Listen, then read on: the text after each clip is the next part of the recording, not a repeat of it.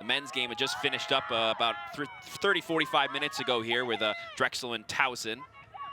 Tigers coming out on top of that one. And we have begun here from Vitus Field. 67 degrees. It's a sunny, beautiful day for Lacrosse. Late April, which is beautiful. We're finally here. About 20-mile-per-hour winds or so throughout the game, so that might be something to watch as well. As it is Hofstra who takes over possession to start this one. Hofstra's gonna get some touches, see what kind of defense Drexel's throwing at them, how they want to set up right now. You can see them getting into formation. And I just think, again, one of the big things Drexel wants to do, they need to make some big stands early. They've commented they've made some slow starts. There is Perella who takes a shot right there, right off your mouth there, yeah. Liz. Perella starts the game with a goal, 1-0 Hofstra. That was not necessarily the start I think Coach Batchelor wanted right there, but exactly what Hofstra wanted. Perella, it's in her hands. She gets her hands free, and she's going to take shots. I think both teams know that. Drexel just needs to step up and kind of and get in her hands and not allow her to take those early shots. And we talked about it to start the broadcast. Perella has now tied the career goals record in Hofstra program history as just a junior. She was 1 goal shy coming into the game. Now she has 183 rather, career goals in her career. So congratulations to Alyssa for tying that as just a junior. One of many records, one of 4 she's already set in the single season in career this season. And maybe she's got some CAA records to eye the rest of this game as well. And doing it in the first 43 seconds, not too shabby. Pretty quickly, pretty quickly.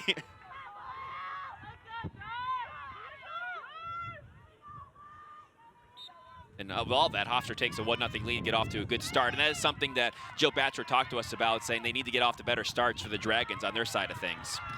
Yeah, they found themselves being a lot more reactive in games and getting in a hole 2-3 goals down, and they fought back, which she's very impressed with, but it's time for them to start fast. I think that was a nice draw control right there.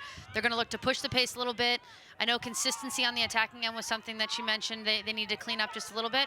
So I think you're going to see some touches, but if I have to guess, I think they're going to be aggressive and they're going to go to cage hard. They're not just going to sit back and let this game pass them by. Yeah, Hofstra probably playing a lot of zone in this game.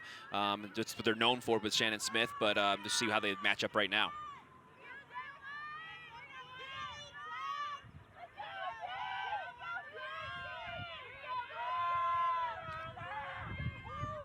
There's Colleen Grady looking to get to the cage and deterred there by the nice slide. Maggie Stetson, the senior on top, feeding it to O'Grady, getting it around the goal line, extending. Nice pass and shot there, but saved by Jess Smith. That was a good look. I think that was good ball possession. They got the defense moving, and they got a look they wanted. I think the next step is finishing. But Hofstra will take it the other way. Smith with a 9.66 goals against average this season as just a freshman coming into Hofstra. They do have a lot of youth, the pride on this team, and they've played pretty well so far this season with that youth by locking up that 3 seed in the CAA. And that's got to be really exciting for Coach Smith looking forward, just knowing the amount of juniors and seniors that are coming next year that will be juniors and seniors to lead this team. I think that looks really great for her moving forward and how they want to move up the standings in the CAA. Yeah, that junior class of Matera, Perella, and Darcy Smith, what a core to have, especially moving on to next season. So solid. Jarred loose there as we got about halfway through the possession clock here. Tom Essen, Liz Robertshaw here from Vitus Field in Philly on the turf. There's Perella once again streaking to the middle, looking for her shot. But Perella starting the game with a goal. Love it. Great start for her. Exactly what she and the team all wanted. 15 seconds. 15. Hear that right there. 15 seconds to go on the possession clock. Drexel sitting back and playing some tough defense there. There's Katie Whalen with a look, and shot clock will reset. The officials were making the signal, so look, she got it on net in some way there. Yeah, Hofstra did a nice job right there of working a little 2-man game up top, working that screen, getting a good look on cage. And I think you'll see a lot more 2-man game. Right now you're seeing a little more isolation, drawing players away to give Perella a little more space. And a lot of time with the clock here, too, after getting the ball back. And there is the shot, and bounces back off the post to Perella, who takes another look at it, and Hofstra has the backup with a couple of players back there. Hey, run it again. Hofstra running through their sets here. looks like they're sort of going with the same formula over and over again with Perella up top and creating and looking for her shot early. Yeah, you're seeing kind of this isolation with this cut coming from that wing. They're going to look for that feed if possible, right there, and then a rip. Just as you said, and there is the score. Alexa Matera. It's Perella to Matera for the second goal of the game. 2-0 Hofstra. Yeah, they set that up the one time prior with Jenna Budd. It's just really isolating a long-standing two-man game with a front door cut. You saw it 2 times. There's no slide that can get there, and you know you have a great feed, which this was, and Perella does that. It's a nice look on Cage. Yeah, Perella feeding a little bit more here in the early going. She's got a goal and an assist. Matera second on the team in goals this year now with 38 on the season. So definitely a good second option, even if she's going to be one. With Perella, obviously the first option for this Hofstra team as they take a 2-0 lead a little less than 5 minutes in. Nice start for Hofstra. Drexel has to dig themselves out of a little bit of a hole early here. I think it'll be telling what happens on this draw control. Are they stay in that gritty team that they pride themselves on? Because this is a team that's shown they won't go away. But as we talked about, they just can't get into a big hole. So they really need to go, get this ball, get down, have a good attacking set, look to put some points on the board, and make a stop against Hofstra on the defensive end.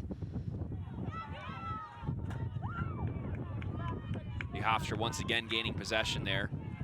It was Haley Simpson going up against Darcy Smith that time at the draw control. And it's Smith once again coming out on top, and a big reason why she's tops in the league and the conference and draw controls this season. Right now she's on pace to set the per game record at 6.5 draw controls a game in CAA single season history. So she's having a good season.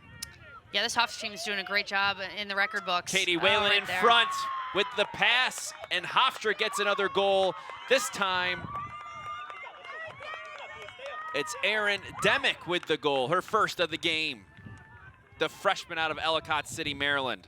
Hofstra's taking advantage right now of Drexel being behind their cutters. They can see that they're pulling them away. They're isolating a cut. You can see it right here, just a catch, turn, and shot. So just a little bit of miscommunication right there defensively, and they're behind someone. Anytime that happens, that feed's going to be wide open, and Hofstra's dangerous.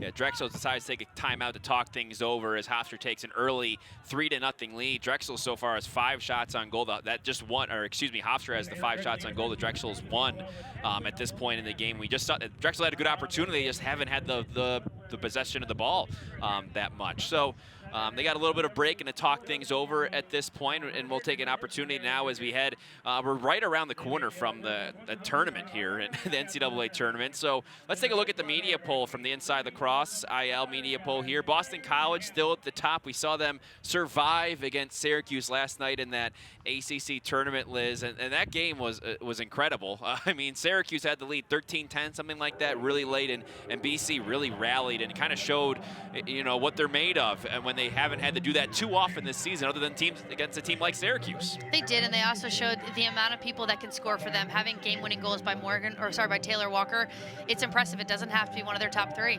Yeah, they're top 3, the top 3 choices in the WPLL draft the other night, and they're all in the Tewaaraton watch, the Tewaaraton nominees this year. I was looking at that rest of that poll. I mean, Stony Brook making that run pretty late here in the season has been impressive. They've rattled off a few in a row, and Duke, and you know, I know they lost earlier today to North Carolina, but the win over Notre Dame helping their NCAA tournament chances as well. I definitely think that's going to help put them over the hump and get them into that tournament, unless something drastic happens with these conference championships, which it can always happen. You know, you've seen these both teams, Hofstra and Drexel, play some decent out-of-conference opponents this year. Hofstra played USC, Maryland, and Johns Hopkins, and tested by them. I mean, they only lost to USC by 5, Maryland by 8. So, I mean, you know, Maryland's such a good team, and Hopkins by 4. So Hofstra tested themselves, and Drexel a bit too by playing Georgetown and Hopkins as well. They lost those games, but at the same time, it's always good to see these teams sort of get out of their conference and get those tests early so they can be ready for the conference season. I think any coach is going to tell you they want to do that. You have 2 schools of thought. You can either make a little bit of a softer schedule and teach your team how to win, or you can go challenge yourself and be battle tested through fire, and I think both these teams have done it. And overall this year, Drexel at 6-9, Hofstra at 10-6. So they've been able to get a couple wins along the way, and for Drexel, this is their last game, but for Hofstra, that could really help them when it comes to CAA tournament time against teams like JMU and Towson, and even Elon, who can be a fighter. Here's Whalen. And that's something right there Coach Smith said. They've learned how resilient they can be, and they're going to look to continue doing it in the conference. There's Perella. The shot's a little bit wide. Great check by Rachel Warden. Sister of Haley Warden of JMU fame. That must be a little tough in the household.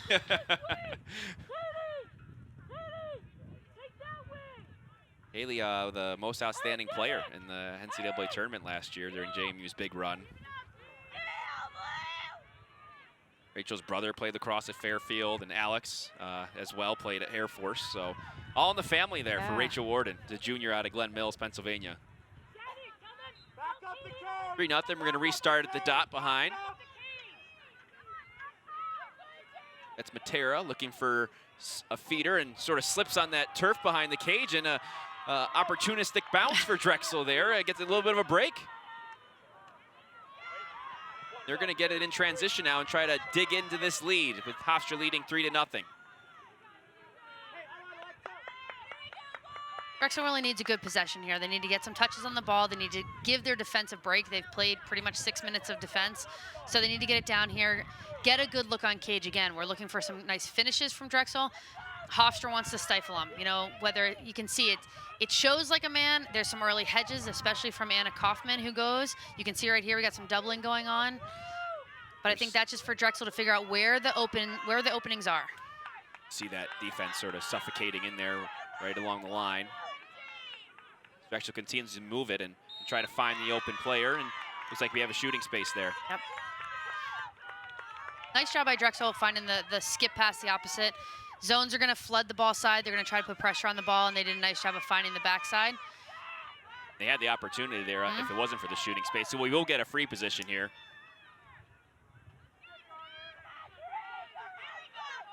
On the left hash, and going to the cage. And then another save there. Carson Harris with the opportunity, but Jess Smith once again, her second save of the day, trying to clear it. A nice pickup there by, who else? Alyssa Perella, who gets pushed out of bounds, and Hofstra will take over.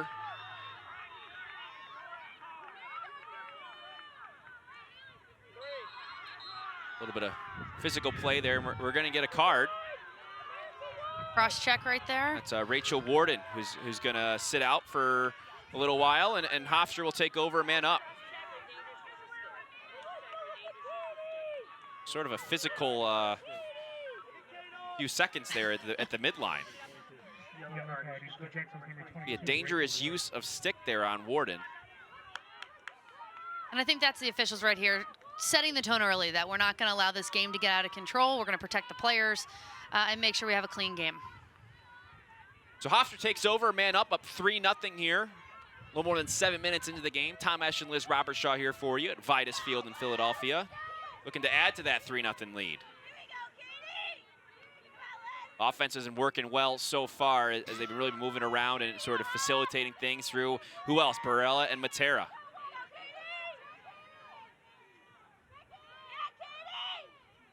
Hofstra showing some nice ball movement in their man up. They're pretty much playing a 3-2-2, 3 up top, 2 in the middle, cutting, looking for openings, 2 down low on the crease. So they're just trying to see where the 2v1 situation, backside, there's a nice right pass there. from Perella over the Demick, and that's a goal. Falling backwards, Hofstra takes a 4-0 lead with the goal on the man up. That was just really well executed by Hofstra. Great ball movement. They were patient. They didn't try to force any feeds into the middle, which is what a lot of teams try to do. And again, they're going to find that soft spot either on the crease of the elbow. They found it right there. Nice finish by Erin Demick. I mean, that's exactly textbook what you want on a man-up situation. Another freshman for this Hofstra team finishing in front. And we talked about the youth earlier, and something that stuck out to me from what Shannon Smith said. She said they've really challenged them. They haven't babied freshmen like you might in the past. They've been pretty tough on them, and they've really stepped up. And they don't let the mistakes happen, knowing that they needed those freshmen to step up this year. That'll just pay dividends in the postseason. I mean, it really will. If you allow freshmen to say, I'm just a freshman, I can't do it, they're going to do it in tough games and tight games at the end of the year. If you make them step up and allow them to make mistakes, allow them to learn from all those moments, the good and the bad, you're going to just find a great player at the end of the season. Drexel's been running a few different players out there at the draw control to sort of try to mess with Darcy Smith a little bit here. That's Courtney Dietzel this time taking this one. She's got 13 draw controls on this season. She's been in there every so often. We knew they would sort of try to mix things up throughout the game and sort of keep them off guard. And I think both these teams sort of thought about that. But so far, Darcy Smithson's pretty solid in there. So getting herself. So Hofstra takes over here with a 4-0 lead, looking to add to that.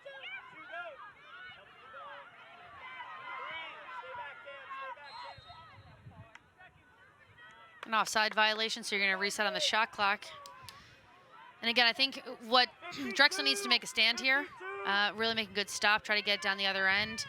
But right now, if you're Hofstra, they need to keep pushing. There can be absolutely no let up in their game because, again, this is a tune-up for next week, and they're going to want a fast start.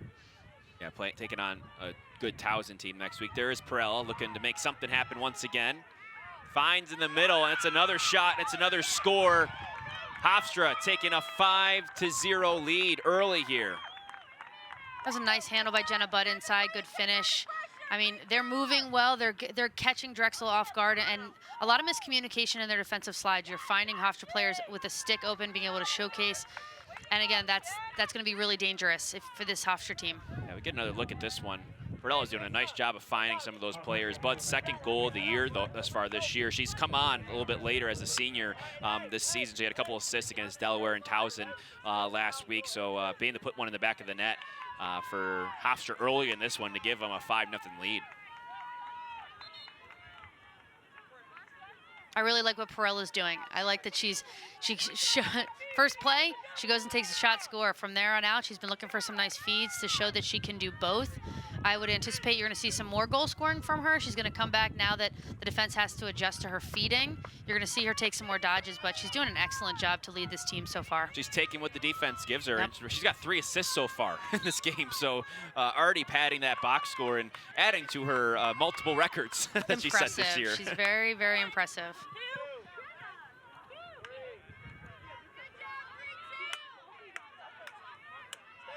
Single season points record in the CAA, Liz, is 112. She has 96 right now through 16 games. So they keep rolling. Yeah, I think she can take that down this year. I mean, she's had a couple of big games the last couple of weeks, and give her a couple of big games, Right and there she is once again. It's Perella, 6-0 Hofstra. Perella with 2 goals early. She's got 5 points in the first 10 minutes of this game. That's a school record, 183 goals in her career. And we're not even 10 minutes into this game. I think this game could really, if she keeps going the way she's going, she's going to break even a single game point record. So she's doing a really great job. Again, second dodge. Drexel didn't send that slide, which I think is dangerous against a player like Perella, but they've also gotten beaten a couple feeds, so I can see where they're hesitant. But that's something that they're going to have to, Drexel's going to have to figure that out, because right now Hofstra's showing they can dodge on you, they can feed if you're sliding too early. They've got to find that balance. Her 80th goal of the season. What a year she's had. And it looks like if things stay on this pace, she's going to stay atop the NCAA as the leading goal scorer, which is incredible. And then we talked about it. I mean, you got players like Sam Apuzzo and Lindsay Rombeck. And, I mean, it's pretty crazy how good she's been this year. And, you know, we talk about those great players, and Shannon Smith, I asked her, I go, what do you think? She goes, well, she's one of the best players in the country. She's the best junior in the country. She deserves to be talked about like that, and she's had a pretty tough schedule for the most part and deserves to be in the same conversation, and she is. She's put herself in that conversation with how good she's played. She really has, and I think that's going to be something that needs to continue to be talked about, is that you have some players in the mid-majors that are playing excellent lacrosse all around. And that's going to be something that they can stack up with a Sam Apuzzo, with a Jamie Ortega. They can play with these players, and I think you're going to hear those names more and more. So I'd love to see them get more in the mix, whether it's, Touraton, the finalists, or what have you. But I do think some of these players across, mid-major, high major, they're playing excellent right now. Yeah, and you can see by just watching her play how skilled she is. And you mentioned the Touraton, and as you saw, that list came out of the top 25 nominees. Perella was not on that list, so maybe she's got a little bit of that in the back of her mind today, too. A little more motivation. I know she wants to win, but that always helps to give her a little bit something extra. Absolutely. Katie Whalen in front, shot and score. It's Budd again. 7-0 Hofstra. Hofstra's feeling it. I mean, they're confident. They trust their teammates. That's one of the biggest things you can see in watching this game.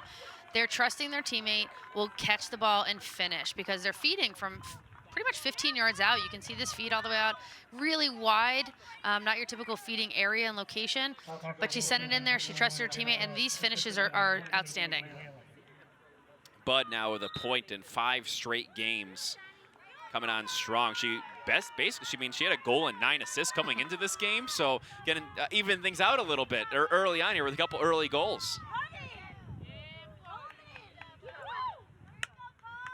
Hofstra dominating to start this one. Drexel really just hasn't had possession of the ball that much. I mean, no, they haven't. They've had 2 opportunities on offense and then 2 saves by Jess Smith, and that's basically all there's been. This is exactly what Coach Smith wants. I mean, she wants this kind of play, this kind of domination on the draw control. Just going into the tournament next week, it's going to sharpen them up and be ready to go. A little bit of a gut check time here for the Dragons. You know, their last game of the year. We know they can't make the tournament, but still playing for a lot of pride here for the future and trying to find out what they got. And this is the time to do it. As they do take over, looking to get into this lead.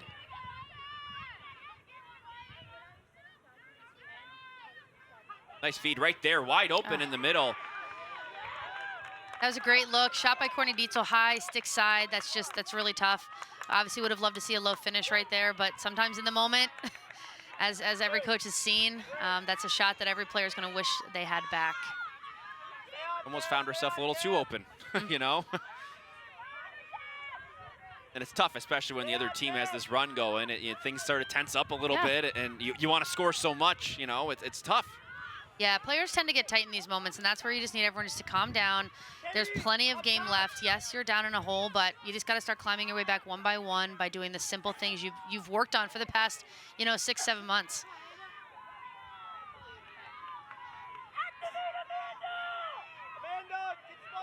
Hofstra takes over, looking to attack as they have been all game long. That's Whalen.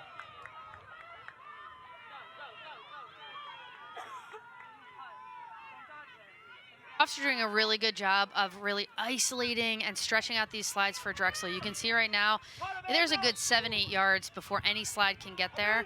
They have a stack and cutters coming off the far side, making sure those defenders can't slide. If they do, they're gonna feed those open players like they've done for 5 goals so far. So I just think it's something Hofstra right now has a great game plan coming into this game. And after legal stick check, we're gonna take over here. Continue with about 20 seconds on the possession clock. Whalen up top. She's going to make a move.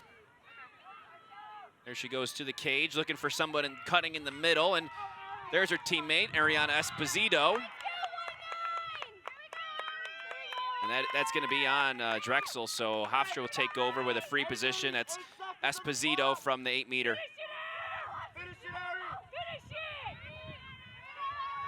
8 seconds on the possession clock. Something to keep in mind here with the free position. Esposito looking for the shot, goes low. Bounces past. Hofstra's got the backup, but we do have a whistle. With 2 seconds on the possession clock. See if Hofstra might just sort of throw it in the corner here. Oh, it's Pirelli, you never know. Might shoot it. She does. She makes the smart decision. I wouldn't put it past her to be able to score from there. Right. The Drexel takes over after getting a stop on the defensive side, something they desperately needed.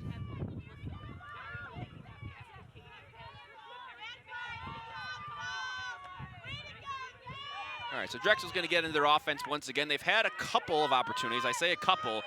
Just haven't been able to get it by Jess Smith just yet, the freshman goalie.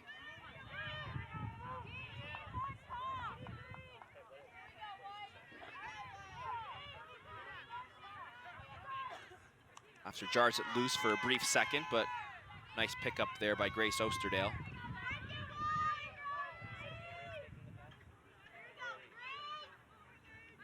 Drexel working it around quite a bit here, trying to find a soft spot in that Hofstra zone as they continue to work it around. They did a nice job finding that elbow. That is an open spot they're going to find, but I feel like they got to get their hands free and look for some shots right now. They have to challenge this goalie. she's great. I mean, Jess Smith is a solid goaltender, 50% in cage, and so they have to challenge and test her more and more. We did get a whistle there, and it looks like Hofstra's going to take over after that. It's going to be a card for dangerous propelling, following through right there into the defender. So not exactly the set they're looking for. Now Drexel's going to go down a man for the next 2 minutes.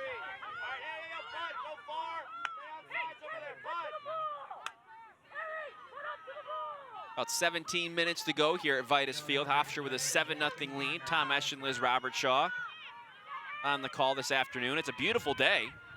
67 degrees, a little windy out there, but not too bad. Hofstra's a man up, looking to add to their 7-0 lead. They scored once earlier already on a man-up situation, looking to do it once again. These kind of things, like we talked about with the tournament coming next week, the man-up's looking for something to work on, and there, once again, is a goal. It's Esposito this time scoring.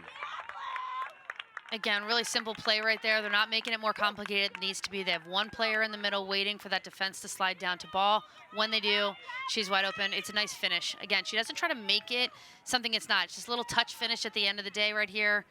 Puts it down low. Oh, excuse me, that was Cameron Faith with the goal that time. 15-19, similar numbers. The freshman from Garnet Valley, Pennsylvania, gets the goal to make it 8-0. That offense just working so well with a lot of different players now coming into the fold and scoring, even other than Alyssa Perella. They're doing a nice job of spreading the ball around. It's not about finding a certain person, it's about finding anyone that's open, and they're doing a really nice job of that. Obviously, Coach Smith has scripted plays. We've already seen that a couple times with goals by Bud and Matera, but in general, they know where to look, they know where the holes are in man-up, man-down situations, and they're playing very well. Yeah, and from looking over this Hofstra roster and seeing some of these players that they've gone to the last couple weeks, they've been athletes that they haven't necessarily gone to earlier in the year, but more of ones that have come on the fold later in the season. Faith, a good example of that. Her stats, I mean, now she has 2 goals and 2 assists on the season overall, but she had a goal against Towson, 2 assists against Delaware. So just in the last couple weeks, they're finding new options depending on how teams are playing athletes like Perella, and it's working out for them too. And a lot of times you see throughout the course here, your team gets banged up. So it could be because of injury. A lot of times, too, you want to see who steps up at the end of the year, who's still fighting for that spot, who wants the playing time. Those are the kids that at the end of your season can make the difference. Wow, Caroline Nice. Cummings going right to the rack and finding that soft spot to get Drexel on the board, but they're going to wave it off. Or earlier, a whistle that was a little bit too loud with the wind. But she'll take over on the arc to look to do that once again. Yeah, I couldn't hear the whistle. Not sure about that one, but they do make the save on the free position. So unfortunate turn of events there for Drexel as Jess Smith makes another save, but Drexel jars it loose on the transition opportunity, so they get the ball back. Nice job in the ride by Courtney Dietzel, getting that caused turnover, giving her teammates another opportunity, see if they can make something of it before Hofstra gets in here and gets set in their zone. They do settle down a little bit here. Almost halfway through the first half. Drexel still looking to get on the board. Hofstra playing really good defense. And they're second in the CAA this year, giving up about a little less than 10 goals a game. There's Colleen Grady with the shot. Another save there by Jess Smith. Yeah, the Hofstra defense, 24th in the NCAA as well. So, I mean, that's top 30, top 25 even, which is really good. They do a nice job of making the 8-meter look crowded. At the same time, they're giving their opponent shots that their goaltender can make saves on. That was a shot at the 8. Jess Smith will take that all day. You know, she'll take any of those shots that she can see and she can track. So I think Hofstra's doing a really nice job of protecting their goaltender and making their opponent feel rattled. I think that also helps when your offense is playing the way they're playing, going down, you know, and scoring on almost every possession they've had, 8 goals right now. It allows your defense and allows your goaltender to just play, stay loose, and not feel like they have to make a save, but that they can make a save. That Drexel defense working very hard now as they've been under fire for a lot of this one. And there is another goal from Alyssa Perella. Hofstra takes a 9-0 lead. See it right there off a cut. She's quick. That's that first step that Coach Smith was talking about with Alyssa Perella. She gets a step on you, and she's really dangerous, as you can see.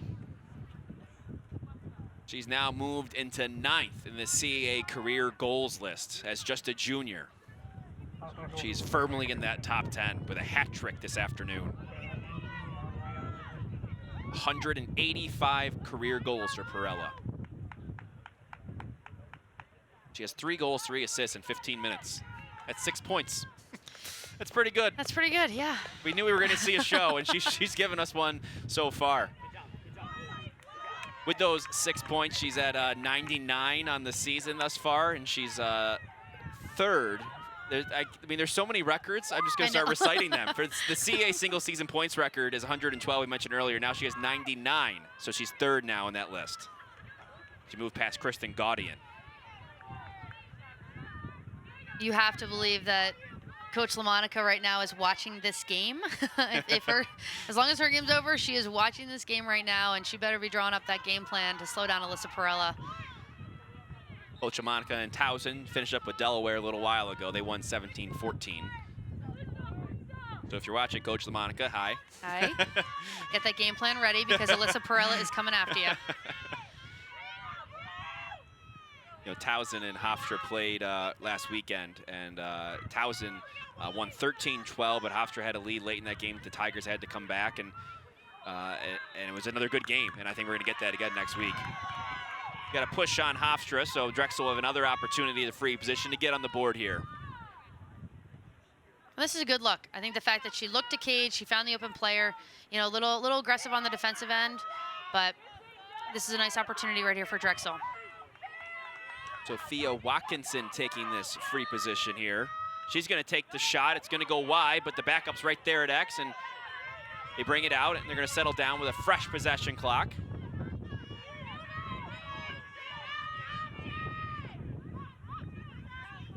Drexel mixing up in their lineup a little bit, just trying to find a spark, and that could be the spark right there. Unfortunately, it goes a little bit wide. That was Dietzel. Fresh possession clock right there, which will be good. Again, they're giving their defense a break. So while they haven't scored, this is still a good possession for Drexel to give their defense some time off. Yeah, they got to find some way to get going, whether it's Colleen Grady, who leads them so far this year in points. Looks like we got a 3-second violation.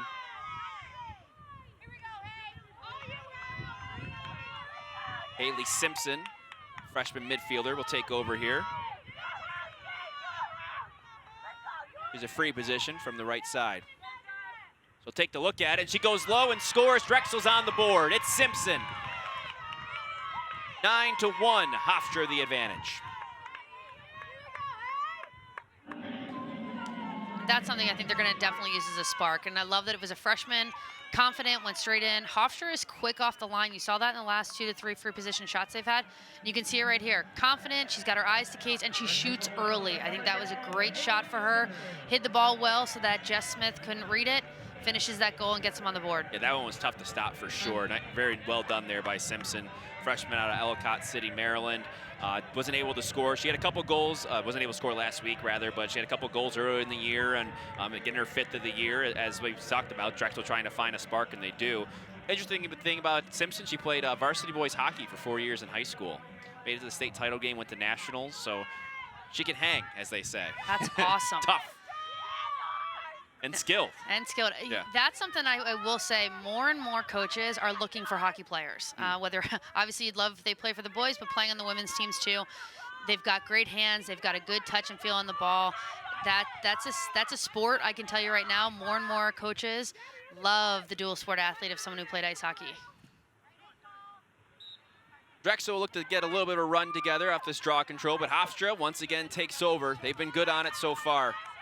Oof.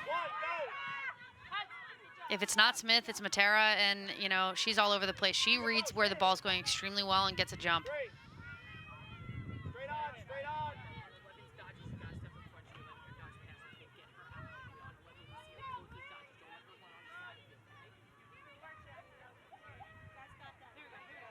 Zoe Bennett right now in goal for Drexel. They've sort of gone back and forth so far.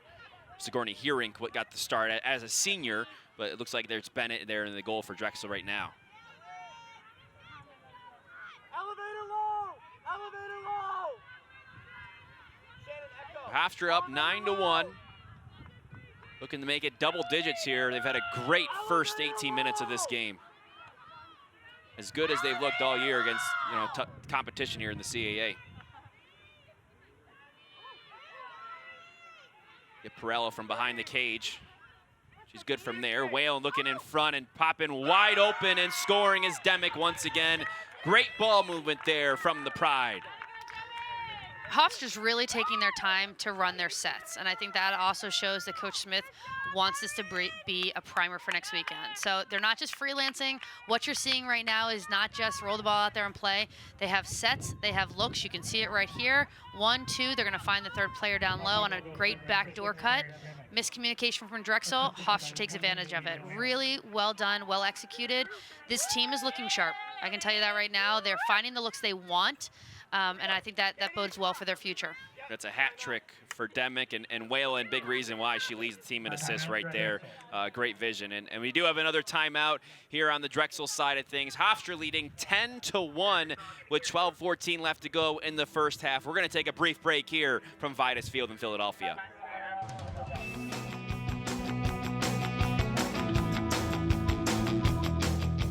What's going on? Travis Eldridge back here inside the LSN studio for our Player of the Year watch this week.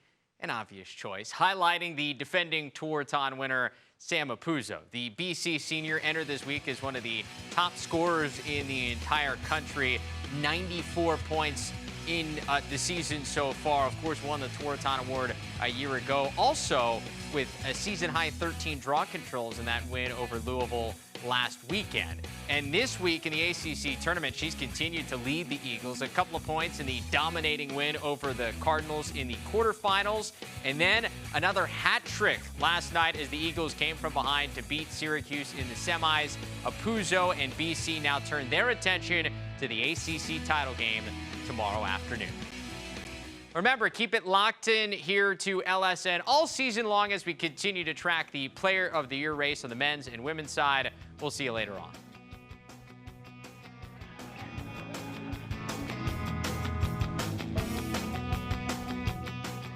Welcome back here to Vitus Field in Philadelphia, Pennsylvania. Tom Esch and Liz Robertshaw with you. And Sam Apuzzo, one of the best in the country. But we're seeing one of the best right here on LSN today in Alyssa Perello, who has 6 points in the early going. She had about 6 points the first 15 minutes of this game. 3 goals, 3 assists, and really showing us why she's been so good for so long this year.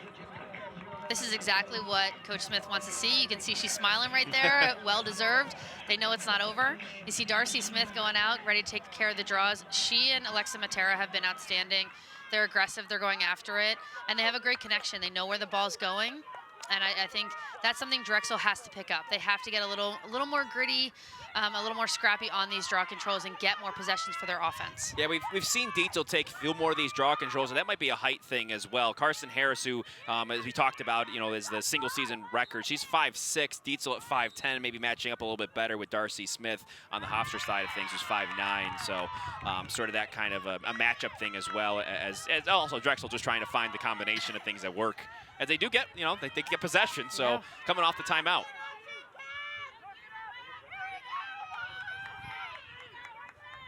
I can imagine that Coach Batchelor is just trying to tell them to play hard, at this point. Keep on, the score is what it is. This is the last game of the year, so you might as well keep on fighting. And there is a shot by Harris, who I just mentioned, and another save there by Jess Smith. Again, they're getting some nice looks. I mean, that's a good drive. She didn't get touched when she took the shot. It's just about finishing, and I think that was something that Coach Batchelor talked about in general for the season, is that they're making the steps, but they need to get that finishing touch. We'll have a brief whistle and get a little bit of a reset here for Hofstra.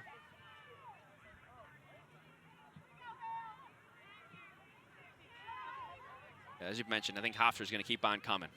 Yeah. About 12 minutes to go here in the half, and they're going to see how far they can open up this lead and maybe even try to get it one more goal, and we'll start with the running time as well. There's Whalen looking, another nice look. And there's the save by Bennett. Ball bounces around a little bit. It's going to go to Hofstra. Looks like a last touch by Drexel.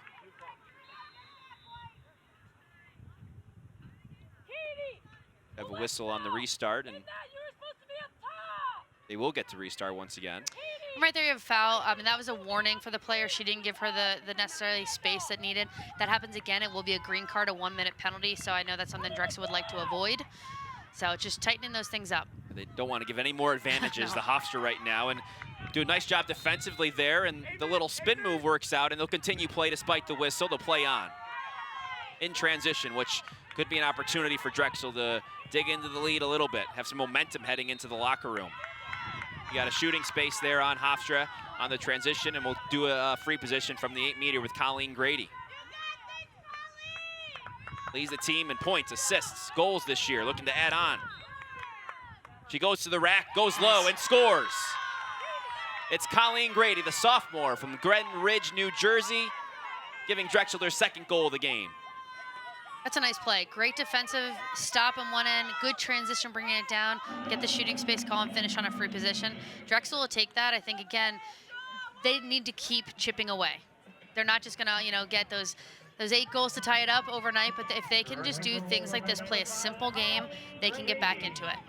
And you do a sense that the timeout sort of maybe talked some life into him a little bit from Coach Batchelor, and I felt like on the defensive side, like we just talked about, so, Hofstra running their sets, they did a better job of covering some of those cutters on that back end, which forced the cause turnover, transition, and you get a goal out of it. So a nice sequence there from Drexel. I think this will be a big draw control. If Hofstra can get it again, they're going to go down there. They're going to continue to work their sets. I think Drexel right now really needs to kind of turn the tide and get in on these draw controls.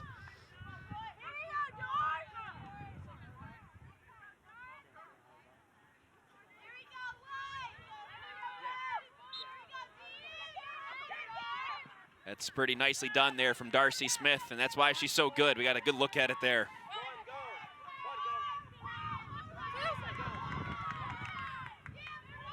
Drexel's being a little bit more aggressive now in the defensive end. We've seen the last couple of times down there, and some paper. You can tell it's windy, but we got about 20 miles an hour. I didn't know what that was on the field, but look, there's a little wrapper or something like that, and some wind, but at least the sun is shining, which is nice, and it's not too cold, about 67 degrees. So we're doing okay weather-wise, just dealing with some winds. So Drexel's now thrown on double face guard. They have a face guard up top with Matera, and they have a face guard down low with Perella, so they're going to make their other players beat them. Not a bad call by any means by Coach Batchelor. It's going to be a situation that everyone else has to do their job. There is Whalen going to the cage, and good defense there, really. It's forcing the soft shot and the nice save there by Bennett. Again, if you can take the leading point scorers off the board right now, you can get back into this game and you got a chance. You got to keep it out of Perella's stick and Matera, too. In transition, and there is the shot and the score by Grady.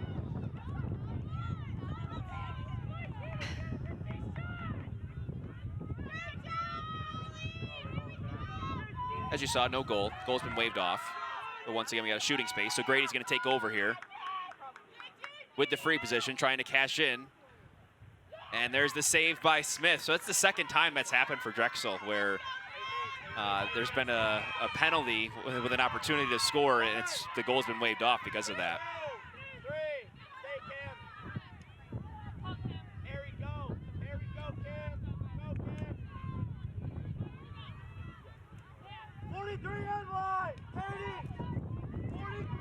Tough turn of events there for Drexel, but they'll try to, they've had a couple defensive stops in a row here, and they haven't been able to string those together too often, so they'll try to keep on stemming that tide and get the ball back.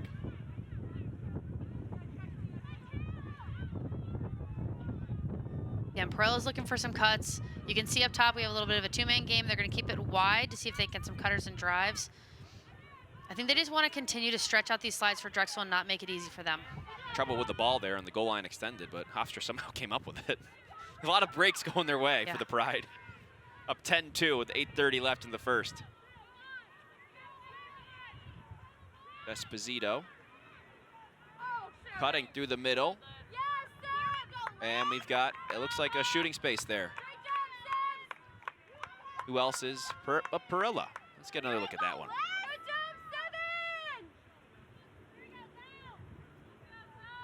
Again, she just got to step on Rachel Warden out there.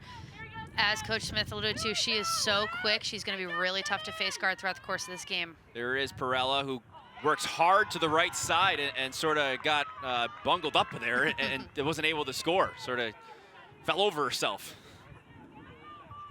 Zoe Bennett looks calm and confident there in cage, so it's nice to see a kid not get rattled even though they're down a couple goals. You know, she dropped when she needed to on that shot, made a good save, and gave her team the chance to get the ball down in the attacking end, which they're doing right now. You're going up against Alyssa Perella there, so nicely done there by Bennett.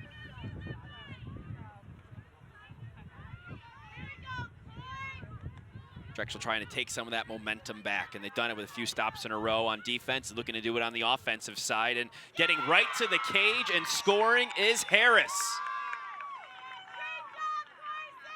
Harris scoring her second of the game, her first of the game. The other one was called off, so it's her first of the game for Harris, and it's Drexel's third goal. They trail 10-3. Nice set. They're seeing where the opening is. You'll see it right here. They cross the field on a nice skip pass. She catches it on the moves, keeps moving, doesn't stop her feet, hands are ready to shoot, and finishes on the weak side. Really nicely done by Harris there. This is how they've seen the majority of their shots come off, is that they have the ball over here on this right-hand side. They see the zone shift over. They skip it across. And again, as long as she keeps her feet moving and her hands ready to shoot, I think they're going to continue to get more opportunities. It's a tough save to make right there because the defense is off balance. And we talked so much about Harris and her doing so well in the draw control. I mean, she was also called by Jill Batchelor a gamer, which if you're an athlete, that's what you want to be called, right? You want to be a gamer. I love that description. So she plays as a midfield. She plays pretty much the whole game on both sides and just sticks in there. She's gritty, sort of the attitude that this team wants to have. And that's what they need. I mean, the fact that you can call one of your sophomores a gamer and one of your spark players, as Coach Batchelor did, I think that's going to be something they're going to build off of in the years to come. And then she also the same thing. She said, you know, attacking leader with Colleen Grady. You want some of your younger players being leaders because then it just goes so well for your future of your program. That's definitely what they're looking to after today. And you do see Hofstra and Darcy Smith pick up the ground ball after the draw control. But, you know, Drexel's, you know, they've had a couple stops in a row, scored the last 3 of 4 goals in this game after Hofstra scored the first 9. So Drexel trying to take some of that momentum back and seeing what they can do about it here. I mentioned it was a gut check time a little earlier and seeing if they can sort of continue this wave. It is. One thing they're going to have to, though, fix. I mean, Darcy Smith, 5 draw controls already, along with Alexa Matera's 3. I mean, they need to. They need to look for those draw controls and continue going. Hofstra right now, I think if Coach Smith, if I'm in her head, she's saying, I want more goals. You can't slow down on this team right now. Tessa Shinacho to Perella in front and scores her 4th of the game. Hofstra takes an 11-3 lead.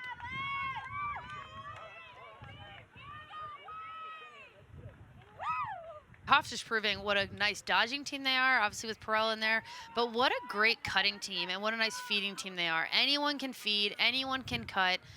That makes you really dangerous, and the finishing, love it. I love that shot. She gets her hands extended, rips it low, really tough on any goalkeeper to see the ball and make that save. Perella is just so fast. I mean, she is, that first step like we talked about at the top of the broadcast is better than most, better than everybody out there, and you can see it, especially when she cuts and beats her opponent to the spot. And it's a challenge for any defender. I'm sure the coach is telling her, hey, you got to force her to her left hand. You can't let her get a step on you. Really try to cut it off. That's a tall order right there for Rachel Warden to be doing. And obviously, it's going to take work. There's a reason she leads the nation in scoring. But if you're going to shut her off, I think that's the way you got to do it. You got to cut off that right hand, make her play lefty, make her go the opposite way. They can do that. They'll have a shot to slow her down. But right now, I don't think there's a lot slowing Alyssa Perella down. And with that goal, her 4th goal of the game, she has set the CAA single-season goals record with 82 goals this season, Perella has. And she's not done yet. She's not, and it's only 24 minutes in. What a season from Alyssa Perella as just a junior here on Hofstra. We'll have to update our graphic at the beginning of the show with all the records she set. And I mean, we know the Hofstra records, but some of these conference records are pretty impressive too.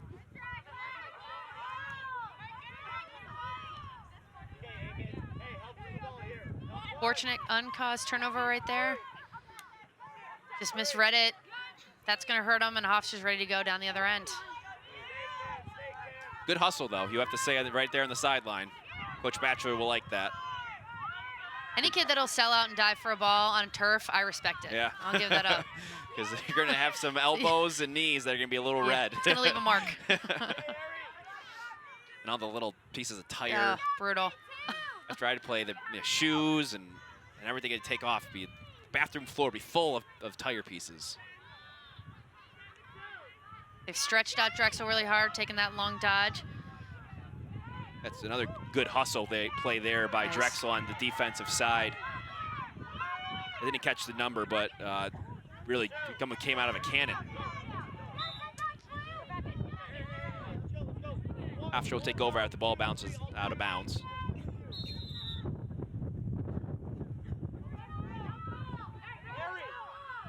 Stick check a little too much there on Drexel, so Matera will take over. She'll restart with 5 minutes to play in the first half. Loses it. Drexel trying to fight for those ground balls and just really missing them. Yeah, looking just a step slow right now. I think they kind of need to regroup mentally and get after it just a little bit harder if they want to kind of fight Hofstra for those balls. It's like they're trying to play a little more physical, Drexel, at this point.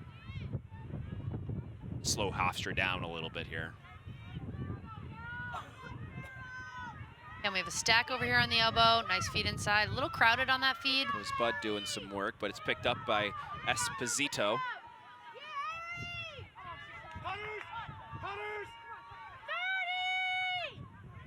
There's Demick with 30 on the possession clock.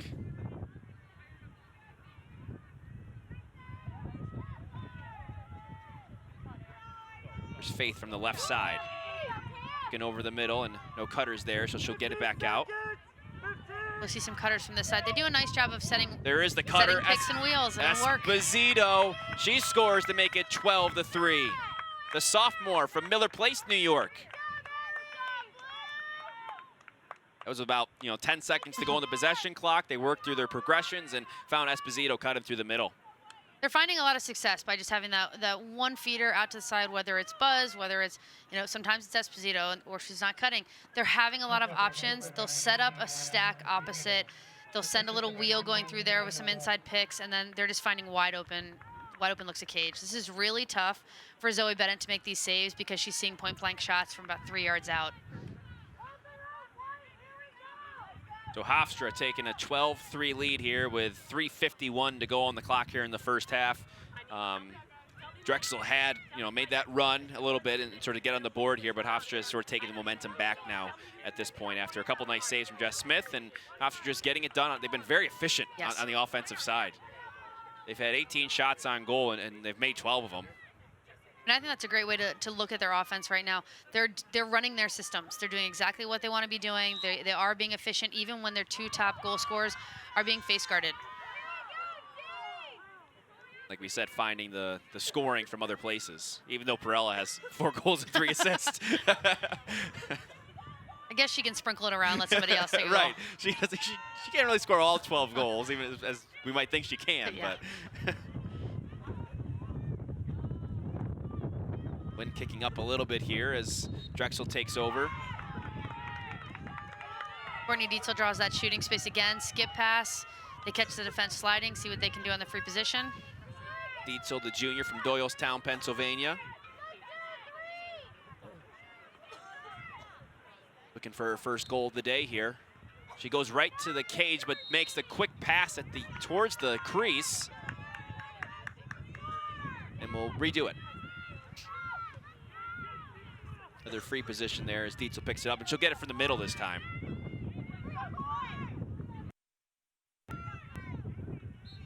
There's Dietzel. The bouncer bounces it over everything and gets to the backup, which means Drexel takes over here. Possession clock does not reset there.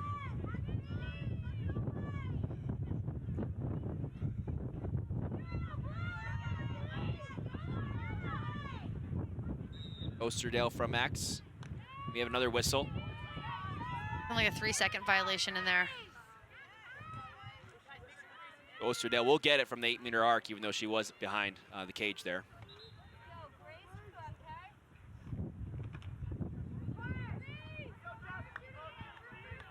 Less than 3 minutes to go. Drexel looking to score their 4th of the game and keep on digging into this lead and that momentum. Here goes Grace. And another save there by Smith. Jess Smith with 9 saves thus far on the afternoon. She's having a great day. She just calm, confident in there. She's reading the shots well.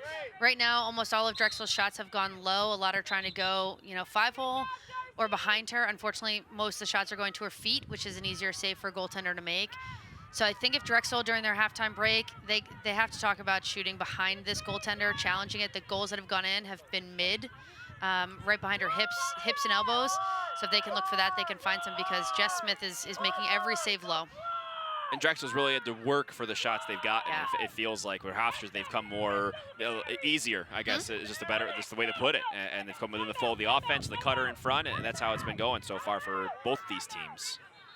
Hofstra decides to take a timeout here with 2 minutes to go in the first half with a 12-3 lead. And as always, we'll have some coverage for you coming up here as we hit zeros here in the first half. Some highlights from this first half, and I'm sure Alyssa Perella will be featured on plenty of those. And we'll get you some highlights from around the region as well with Hofstra and Drexel and are right now, and we'll look at that too. Men's CAA preview as they get set for their tournament. Their field is set with UMass the top seed and then Towson the 2 seed, just like on the women's side.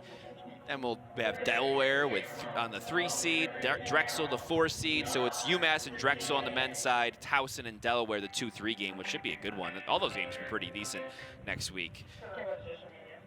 As for this week, as for this afternoon, we've just seen Alyssa Perella put on a clinic here in the first half. 4 goals, 3 assists, breaking records along the way, and we're going to try to keep track of all those for you as we go along. But Perella really showing that she can do it in many ways, and we even mentioned earlier in the broadcast, we said, well, they're finding different ways to score, but it's Perella who has 4 goals and 3 assists, and when the ball's in her stick, it seems like Hofstra has scored every time.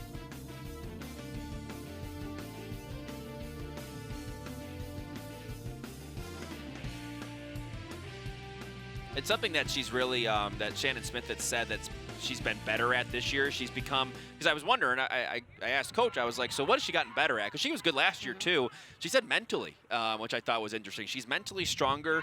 She's become more of a cutter on the inside. She's developed her shooting. So she's really worked on all the aspects of her game to become the player she is today. And I think you've seen all of that this afternoon. I definitely think you have. And when you have a player, especially as a junior, that has taken the time to work on their mental game, it really makes them unshakable. So that's why you're going to see games where she's going to have multiple points in every game.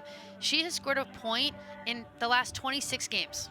That's tough. When you're a leading goal scorer, people are face guarding you. They are early doubling you. They are not allowing you to hopefully get a look on cage. And for 26 games straight, she has scored a goal. So it just tells me that she's taken this role of being the leading goal scorer on our team seriously, and that she wants to be a next level player. And I think that's something that every Hofstra alum is going to love to hear, that they have someone who can lead the nation in scoring. Yeah, and you see some of the teammates that really benefit from there. You saw Alexa Matera and Jackie Gaddy, a freshman, and there's Perella right there. And like you said, the alums, I mean, she's going to be someone that Hofstra is going to be talking about for a long time after this season and after next season, too. Absolutely. There's Darcy Smith going to the cage and trying to get a goal. She's got 6 this year, looking to make it 7 for the draw control specialist. Approaching 90 seconds to go here in the first half. Hofstra with possession, looking to get that double-digit lead heading into the locker room. Darcy Smith working more on offense now. Seen her in the offensive side for the first time this half. Darcy on the wing! Darcy on the wing! Katie behind! You can hear the coaches barking out instructions. I think they want to get her a goal here. That's what I'm feeling. And she does make a nice dodge there, but Drexel's there to help. Again, stretching out the D right here. Minute to go here in the first half. An illegal stick check, so taking over on the fan is Shannon Boyle. Hofstra working some different combinations here as well. Darcy Smith trying to crease that lead, and she'll take over here with a free position. She's there on the left dot.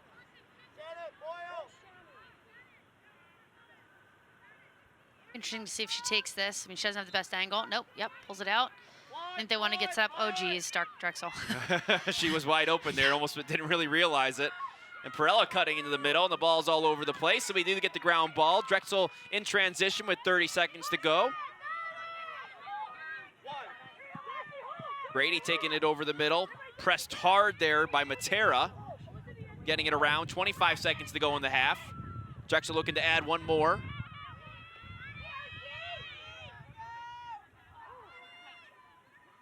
.15. Looking for the right shot, the Dragons are, and cutting through the middle and getting the shot, but just wide is Dietzel. She does fall down, 5 seconds to go, picking up the ground ball. It's behind the cage. Can they get one more shot off with 2 seconds to go? And the time expires in the first half.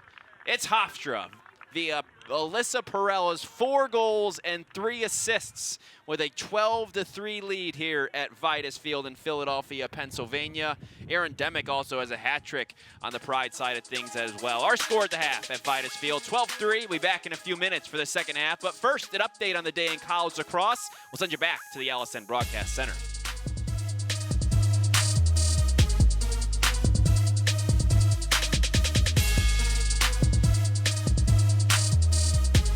When you saw Drexel, what did they do that was successful? I know Hofstra was so successful. When they sort of made that run, what did Drexel do a little bit differently, did you see? Transition fast breaks were really great. They went down. They did a nice job of moving the ball and then finding that skip pass on the backside to open up those shooting space calls for free position shots or just look for drives, which you saw from a couple of their players, and especially Carson Harris. And I think that's something they need to continue doing. Expose the weak spots or the soft spots in the zone, transition the ball well, and again, make some stops defensively. You see Hofstra does take over the first possession of the second half here. Hofstra in the CAA tournament as the 3 seed. They'll take on Towson next weekend. They're the second game on Friday here on LSN. JMU Elon kicks things off at 4:05 p.m. Eastern time. There's a shot from almost the 8-meter arc there, and it's a little wide, but Hofstra has the backup. Isolation right here, kind of really opening it up, seeing if they can get a slide.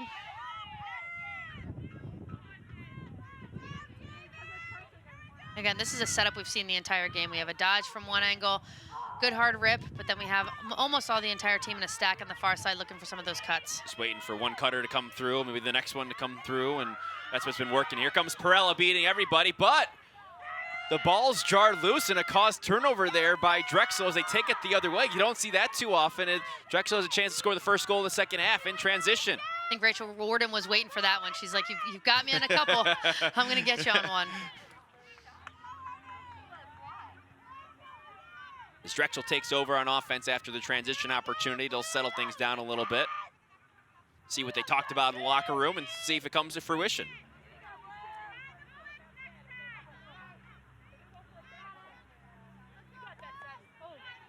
All right, picking the ball up there. Settling down. Hofstra sitting in that zone. Drexel looking for a crease.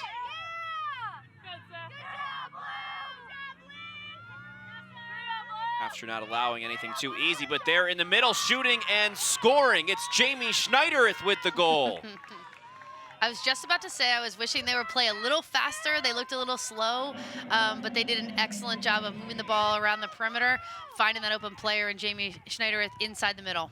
So Schneidereth's 11th goal of the year, and Schneidereth, a name you guys might have heard, whether you're watching a Drexel game, whether you're watching Albany play, whether you're watching Johns Hopkins play, because she is a set of quadruplets who all play college lacrosse. And her sister Lucy is on the team. She's been hurt a little bit this year, so she hasn't played a ton, but Jamie, one of the consistent forces. And then another sister, Maggie, on Johns Hopkins. We've heard her name quite a bit in the highlights this year. And then Georgia plays at Albany. And all that we've heard about this family is they're so great, and the girls are so positive and really just knows what's it like to be a Division I athlete, as they can probably all talk to each other and say, hey, this is what I learned at Drexel. Hey, and it's pretty cool that there's 2 on the same team here at Drexel, too.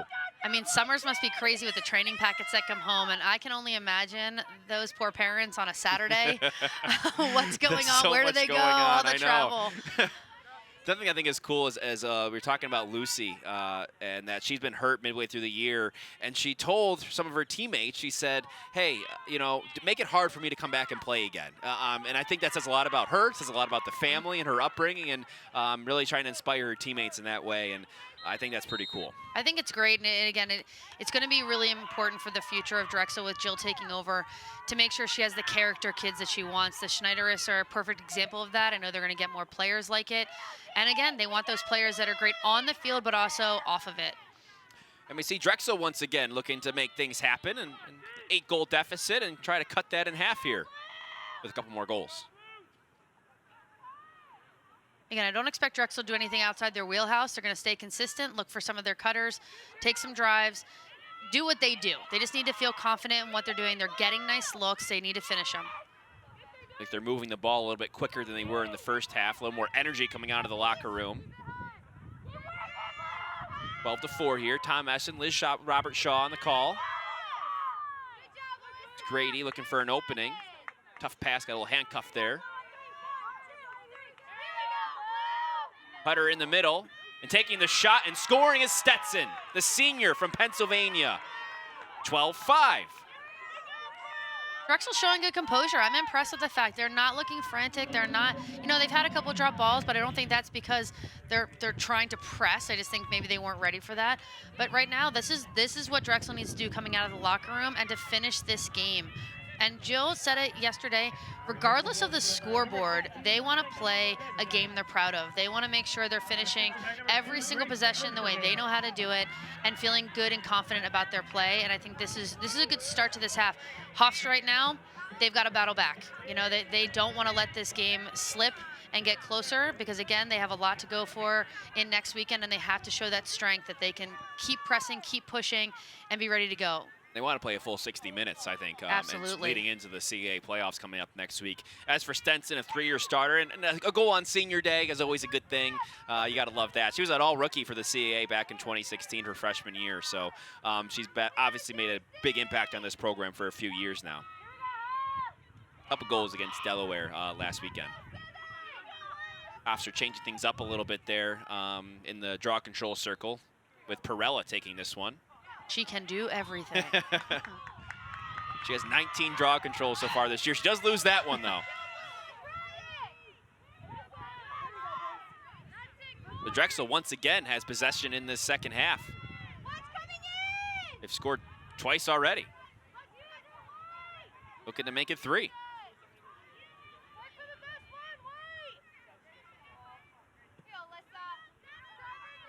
They've found a little bit of a crack in that zone so far, and some of those cutters in the middle, and finding a couple creases. And there is the cutter in the middle, and another score. That's Haley Simpson with the goal.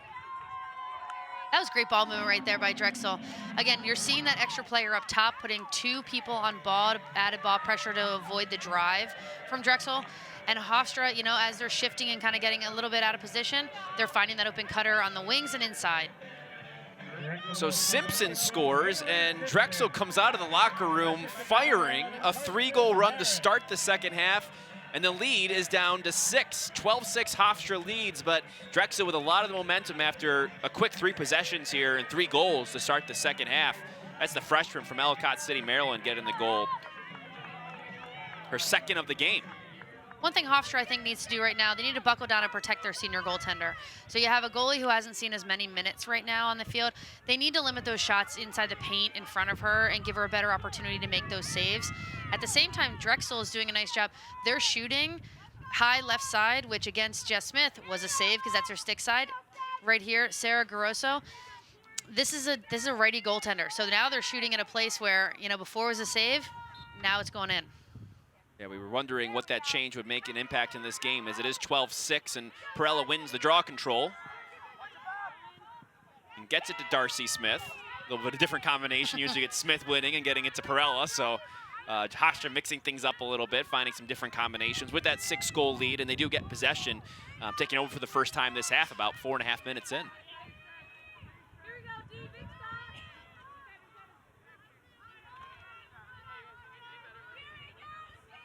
Hofstra had a lot of good possessions to start off this game, looking to repeat that And that's the start. In the first half, they had a lot of good possessions. So taking some time off the clock here as well. They're in that face guard again right there. But you can see Perella's got a great first step. She runs out. Warden a little too aggressive. I don't know if it's a hold right there. Looks like we did get a whistle, I believe. I think I saw the officials motioning for a stick check. A legal stick check at that. But Perella takes it from that left side. See if she can get her first goal in the second half. She scored first in the 4 in the first.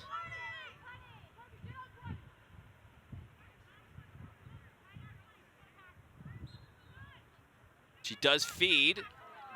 Hofstra moving it around quite a bit. Shooting space. But looks like the goal is good anyway. They let them play on, and that's a good goal for Hofstra. Katie Whalen getting her 28th goal of the year. Sort of a confusing sequence, but... Yeah, for those of you guys that are watching, I know in the first half, Drexel had something that looked very similar where they shot on a shooting space and got called back. This one goes in.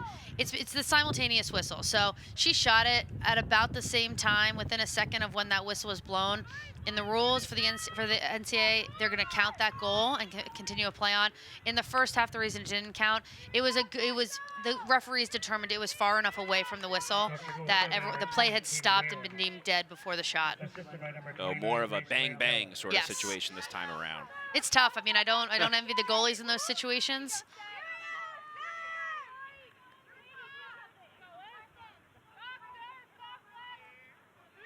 They're trying to figure what's going on out there. Everybody's sort of regrouping for the most part. 13-6, Hofstra with the lead. Stopping that Drexel run to start the second half. Perella taking a lot of those draw controls to start the half. Matera, nice job getting a jump on that. And again, I think right now you're just going to see Hofstra, again, take some time off the clock, get organized, and work to be as efficient as they were in the first half. As you mentioned, they need to play a full 60 minutes going into next weekend's tournament, and they can start it right here. There is Matera making her way across the middle. Yeah, so last Friday, Hofstra played Towson, who they're going to play in the semifinals next week. That was a 13-12 Hofstra loss, so they'll be looking to bounce back from that. That was a really good game. There's Matera taking the shot. It's wide. And did Bennett back it up? No, she did not get there in time. So Hofstra is behind and ready to restart. Up 13-6, 24 minutes to go.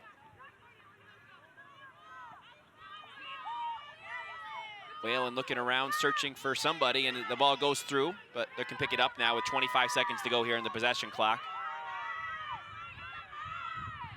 Here's Matera getting checked up top, fighting her way with a couple defenders on her, and sort of had a feeling that was coming. And it's going to be looks like we're going to have a card here. 30 seconds. Harris going to get it at the 8-meter arc with a free position. Yeah, stick's just a little high up by the neck. So anytime you're kind of going up from the waist up through the shoulders, when you get to that neck area, you're pretty much going to get a card every time. Matera sort of ducked her head there. It looked like, I don't know if that was getting closer to the stick or not, but whatever she did, she sold it well. Attackers do what attackers do. Speaking as a former defender, I will always side with the defenders, but you know, that one was going a little high. So here is Matera. She already has a goal today. Gonna pass it out with a fresh possession clock as Hofstra continues to work it. And man up. You're going to see that 1 to 2 players in the middle right now. Hofstra likes to work to 3-2-2. 2-minute penalty. Excuse me, I said it was 30 seconds earlier. A little bit more egregious than I had understood. That shot's a little too high and wide. But Hofstra will remain on the man up until they score or until the time runs out.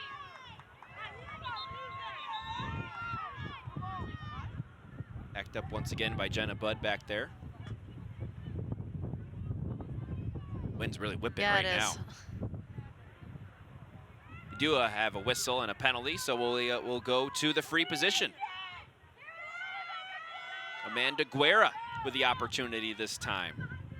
Freshman from Babylon. Looks like she's going to do exactly that. 60 seconds on the possession clock. Hofstra's going to get the best shot possible here. with a man up as well.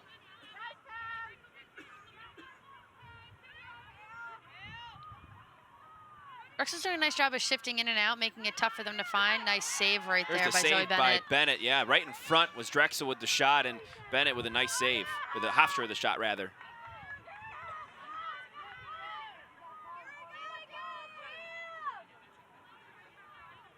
It's Jenna Budd there with the ball, getting things started once again, and that was a shot, so they're going to start over the possession clock. Still 50 seconds man up, so they can definitely work this clock, get the shot that they want. A lot of time here on defense for Drexel, something we saw in the first half, where Hofstra was able to sort of reset the possession clock a couple times with some shots and get that defense a little bit more tired. They worked through it, and another save there by Bennett. With about 30 seconds to go on the man up, Drexel can try and see if they can bleed this. We're gonna go in transition, and nice dodge there in the midfield as they try to work to get a shot. They're gonna work out this man up clock and get back on even strength here. It's interesting. I know a lot of coaches like to kind of work out that clock and get to even strength. From experience, there are a lot of opportunities to be had for when you're man down. A lot of mistakes happen when teams double outside their comfort zone, and I think there's opportunity to get goals when people make a mistake. Especially down 13-6. Absolutely. I mean, why not? If you're feeling confident, go to cage. Speaking of going to cage. Carson Harris took a little bit of a hit right there. And she'll get it from the arc for a free position opportunity there. Now that we're back at even strength. She's gonna take a look at it, and she's gonna go low and score. It's Carson Harris making it 13-7. Drexel fighting back. I think it's important that Carson continues to go. Obviously, she wants to take solid dodges and not go into double teams and turn the ball over. At the same time, when she goes to cage, she's either scoring or she's getting put on the free position, again, scoring there. So it's really important that they continue to attack and not sit back and wait for this game to pass them by. Just a 6-goal deficit now. It was 12-6 late in that second half before Hofstra scored a goal during that flurry that Drexel had. And once again, Drexel starting the second half very well. They've scored, what, 3 of the 4 goals so far in this half. And like we said, they're going to fight to the finish, and that is something that Jill Batchelor wanted this team to do. She said earlier in the season they played Johns Hopkins, and she said after the game she didn't feel like they played hard to the final whistle. I mean, they did lose that game 17-9, but she said, you know, we're going to fight no matter what the score is. And she feels like over the course of the season they've gone closer and closer to becoming that team that's going to fight no matter the score, no matter the time. And I think they're showing that now in the second half in the first 10 minutes. And against a team like Hofstra that has all of these scoring threats, I mean, you see Matera again getting a draw control from Perella. They have to have that mentality moving forward because they're not graduating. They're going to see him again next year. So they need to make sure that they believe they can compete in a game like this. They believe they can win and take steps forward because they're going to see these faces next year. Hofstra bleeding this clock. You know, they've been a little bit slower now as we know with a 6-goal lead, understandable, but looking to try to get into more of that rhythm that they had in the first half too. Drexel sends a double. You're going to see some cutters coming off right here, especially secondary. Their extra player is actually down low at crease if she can find her. Yep. So Drexel trying to scramble to find their man again. But that was a nice set. I mean, it didn't let Matera take that goal or take that drive, didn't allow any of those cutters to be open. So they can make some sets look like that. They can slow down Hofstra. Perella's going to come back around and get it with 30 seconds on the possession clock and see what she can do. Still looking for her first goal of the second half. She does work for Max. She finds her opening and scores. Alyssa Perella scoring. Or did she?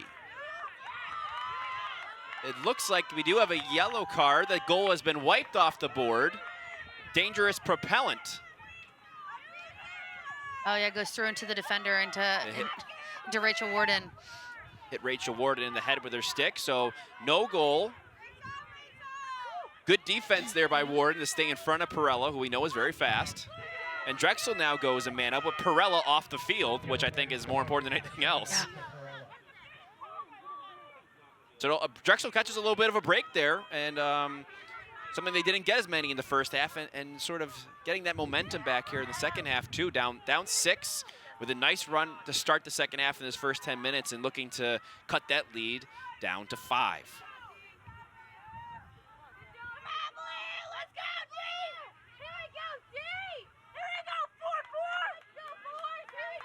You could hear the ovation from the Drexel side there after that penalty, and I think that's another showing, you know, how spirited they are, and says a lot about this group.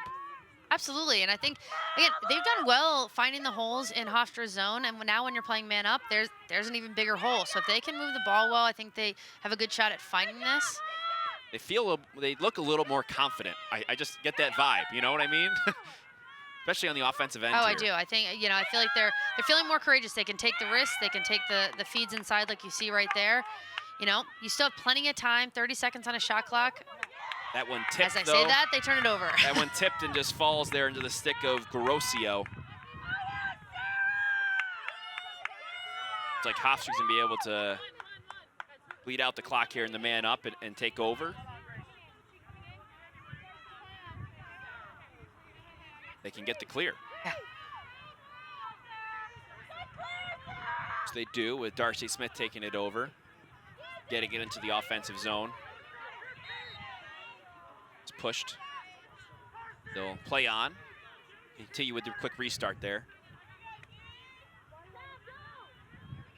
Hofstra still a man down right now, so still looking to score. And I think everyone's expecting a whistle, and when you can't expect a whistle, good things don't happen when you do. So it's a nice job defensively from Drexel if they can push this fast break. You got about 10 seconds now with the man up if they can continue to take advantage. 3, 2, 1. So they're going to get the penalty just released, so a couple more seconds for Drexel, and they'll have to get back into their set here as they go even strength once again.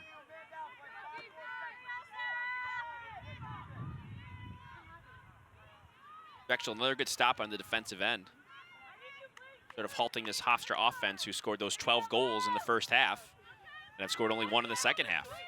Yeah, I think that has to be a little bit of a concern for Coach Smith. Obviously, I don't want to speak for her, but there's a quick move there to the front and a goal.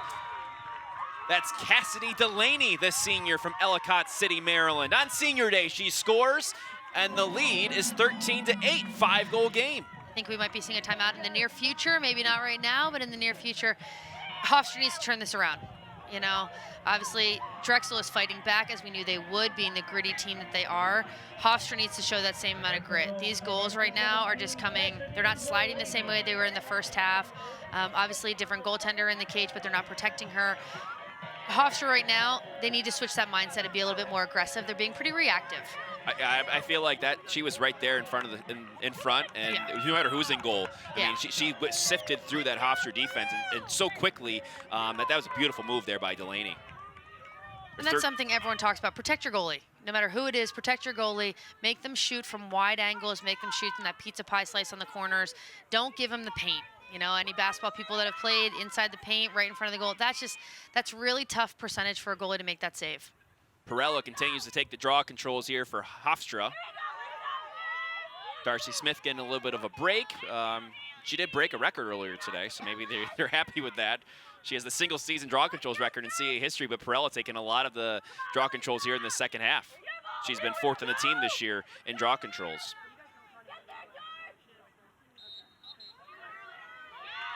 (13-8), infraction on Perella, and Drexel will take over, looking to continue this run in the second half. Drexel scoring 5 of the 6 goals in this first 13 minutes of the second half. It's been a different feel, different game. Yeah, they look inspired. They look like they're ready to play. You know, I think they're taking advantage of the fact that they have a goaltender with a little less experience than Jess Smith. And again, they said it before, they want to finish the season on their own terms. Something that impressed me, especially looking at the stats about Drexel, is see an infraction there.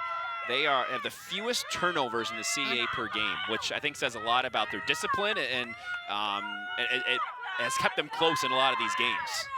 Yeah, and especially that's been something that some of the other CAA coaches said was a problem with their team. When we talked to Taos and we talked to JMU, that was something they wanted to cut short. There's a shot and another goal This time it's Carson Harris, and Drexel trails by 4. They're doing the little things well. I give credit to their coaching staff for instilling that mentality from the lack of turnovers to right now fighting to the end. They're doing a nice job. They got themselves back in this game. So 2 3-goal runs. In the middle of that was a Hofstra goal, so that means Drexel scored 6 of the 7 goals here in the second half after trailing 12-3 heading into that locker room. How about that halftime speech from Jill Batchelor? Getting them going. Crushing it right now. I think that combined with senior day, you know, this is the way Coach Batchelor wants this team to play. I think right now we need to see a switch from Coach Smith in terms of, hey, how do we want to play? How do we want to play moving forward? Carson Harris has a hat trick on the afternoon, the sophomore from Grant Mills, Maryland. Talked about her earlier, such a tough player, and she puts, Coach Batchelor said she puts getting tired aside. She doesn't get tired, she doesn't care about it. She just keeps playing, and she's done that, and so is Drexel, and sort of that's been their MO. You know, they just kept on playing today.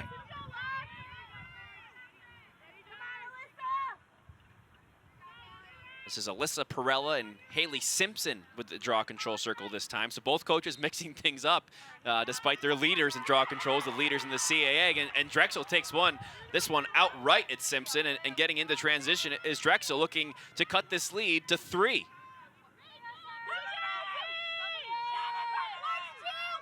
And just like we saw Hofstra in the first half with possession most of the time, it's been Drexel. Hofstra hasn't had that many opportunities at all.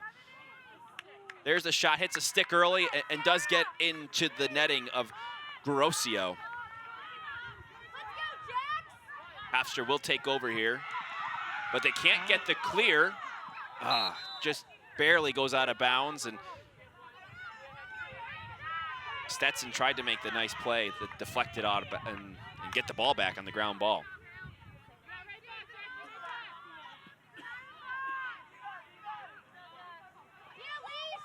So it's 13-9 here at Vitus Field in Philadelphia. About 16 minutes to play in the half. Drexel's made a huge run, scoring 6 of the 7 goals here in the second. Tom Eschen, Liz Robertshaw on the call here in Philly. Hofstra still struggling with this clear and trying to get it into their offensive part of the zone as Drexel's really amped up things and put a lot more pressure on in terms of the ride. I think you just feel a momentum shift right now. I think that we talked about the teams playing clean and being efficient. I think Drexel's doing that right now. Hofstra's not. So they need their gamers right here with Alexa Matera and Alyssa Perella. They need them to step up and play the kind of game that they know how to play, be sharp, be efficient, get back to some of those dodges, get back to those hard cuts and solid feeds. I think if you can see that, and again, you get Perella getting the ball right here, if you see that, they're going to flip the script because they have that ability to do it, but they need to make that change. As we talked about so often in the first half, Perella with those 4 goals, she's off the scoreboard in the second half, but there is a shot from deep.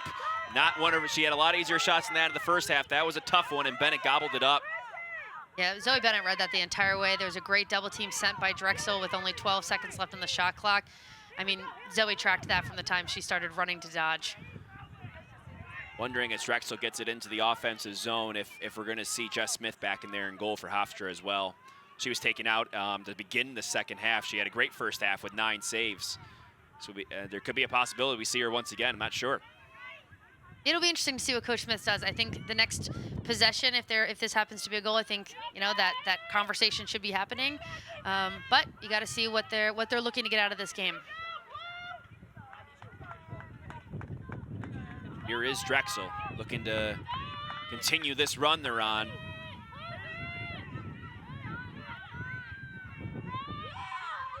Bring it around and shooting space call, and it's interesting with this, Drexel's now attacking the opposite side that they were in the first half. So they were really trying to expose the left elbow. Now they're going for the right-hand side. But again, they find that shooting space call. Here is Grady, down 4. Sophomore, we're gonna pause really quickly, and a Drexel player went down there at the end line. I think they're calling a push. Not sure what's gonna happen from this, but that was Grace Osterdale who went down. I think we had a little bit of a bump, for lack of a better term. We got a little gamesmanship going on, a little CAA love taps here. I think they're going to move another defender behind the cage here to atone for that since it happened behind the cage. I think that's what the officials are saying right now.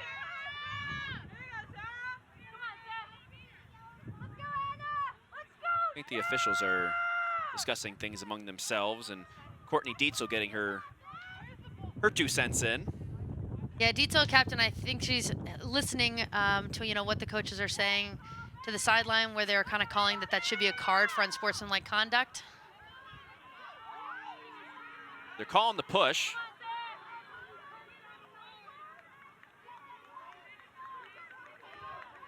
Just trying to figure out what's going on, everybody. 14:30 to go. So Drexel gets the ball behind the cage here, and they'll restart. Interesting how that all went down, but there's 24 seconds on the possession clock, so we'll just go from that.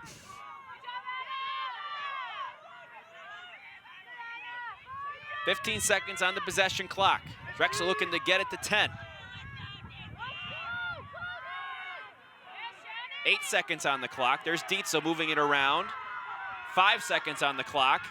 There's the shot.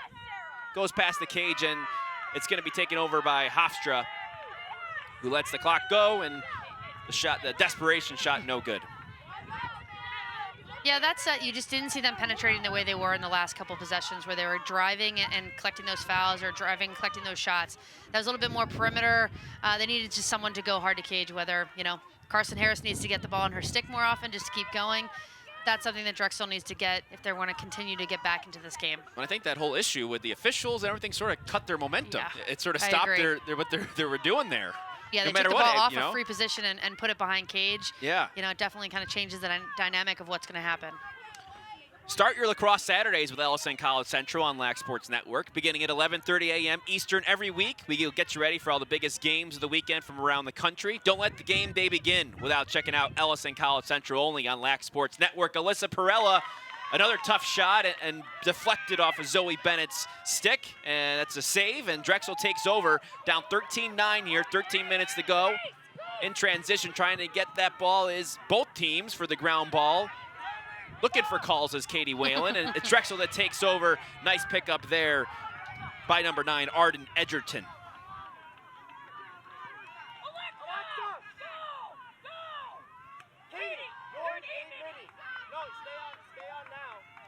Those Hofstra coaches barking out a lot of instructions. We can hear them pretty well here in the booth.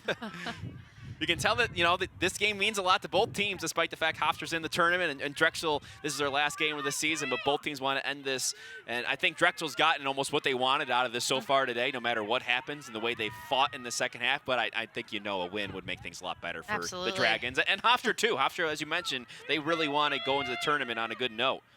And that's, I think, where the coaches just want a sharper level of play. This hasn't been the second half that Coach Smith wants for her team going into the tournament, so I think it's a situation that she just wants them to clean it up, wants them to play a higher level of lacrosse game. So with the ball on the ground, it's going to be Hofstra who takes over there on the turnover for Drexel.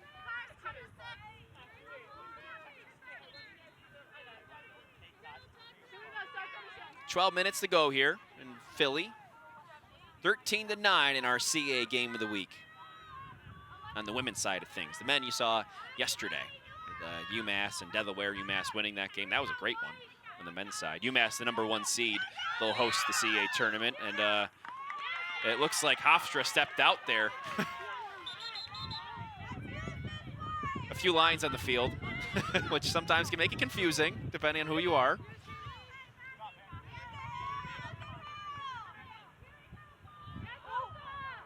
Perello almost with the interception there.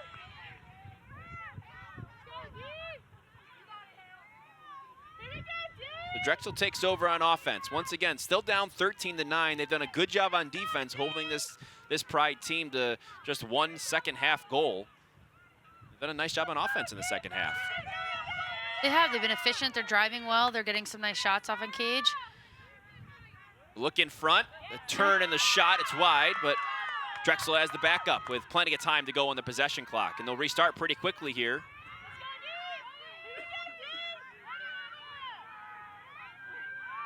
There, Jarema goes down, but the spin and the fire, are they going to let it go? And they do. I believe they do. Yes. The goal is good. Colleen Grady with the score. It's a 13-10 game. Drexel has crawled back into this game. Grady's second on the afternoon. Coach Batchelor has to be loving seeing this out of her team. You know, they're fighting back. And again, they haven't gone away. We've known that about them all season long, and they're still here. Again, I think this is where Hofstra needs to have that gut check moment. What are we doing? We've got to tighten up a little bit, and they need to end this game the way they want to do it. I don't think they're doing it right now. And in terms of the confusion there, the goal, I think it's exactly what happened earlier on the other side of the field, where it was sort of the bang-bang, whistle, shot, score, where they let them play on, and the foul wasn't far enough away time-wise from the actual goal. And one of the things that the Big Ten Conference has done is that all of their officials are connected via an earpiece. So they can communicate that, and they're not looking for each other and trying to figure out signals. They can talk it through. And I think that's something that, you know, when you see plays like this, you might see coming to other conferences. Well, speaking of talking it through, I believe Hofstra is going to talk it through. And as you see Jess Smith on the left side of your screen there, go take the field. So we're going to see what happens out of that. And as Hofstra leading Drexel 13-10, Drexel with a 7-1 advantage here in the second half. And it's really just been a tale of two halves at that point. Alyssa Perella getting fired up, as is Shannon Smith, who, as you can tell, wants this one for her team. I love the fact that you saw Perella get in there and talk first. That just shows leadership. That's awesome. As Shannon Smith continues to fire her up, it's good to remind everybody that she was a 3-time All-American at at Northwestern, and the NCAA tournament most outstanding player in 2011, 2012, 3 NCAA titles with Northwestern, and obviously she was under the tutelage of a great coach out there at Northwestern and Kelly Monte-Hiller, and she's done it all. And as for her coaching resume, you know, she's been there. She was right out of college, and 22, 23 years old, started at Hofstra right after her career. This is her 7th season. Started there in July of 2012, and this is their best season since 2015. And this group, I think she likes them a lot. She likes the camaraderie on this team. She does, and you know, you've seen as we were on here, you see a passionate Shannon Smith. She holds herself to a very high standard. You know, that comes from playing for Kelly Monte-Hiller, who holds every one of those players at a high standard. And Shannon took that on from day one. As a head coach, and she still has it now. And as we talked about, they don't treat the freshmen like freshmen. She's not going to accept anything less than the best from these players, and she's going to let them know when that's not occurring, which obviously, as we've seen, she doesn't feel like it is. I think you also saw Alyssa Perella go in there and say, this isn't good enough. We need to turn the tide. We need to pick it up and play our game. This is going to be interesting to see how they respond. Is this going to be a team that's just going to say, you know what, you're right, let's move on, or will they continue to get tight? Like you said, we have Jess Smith back in the game. I think that does calm down the defense a little bit more, which would be nice to see. But you also have a momentum shift right now with Drexel feeling confident. They're going to continue to take harder shots and better shots than they did in the first half. Yeah, and like we were talking about here in the second half, I feel like a lot of these opportunities for Drexel have been better opportunities they got in the first half, regardless who was in the cage. And that maybe that'll come with the communication now that Smith's back in there, and maybe that will change a little bit. But we'll see how things sort of stem as Jess Smith has to re-enter this game after she thought maybe she was getting the rest of the day off. So 13-10, Hofstra over Drexel, as Drexel's gone on a crazy run here, 7-1 advantage in the second half here in our CAA Game of the Week. And we're going to get some good play here in the last 10 minutes as we find out what these teams are made of.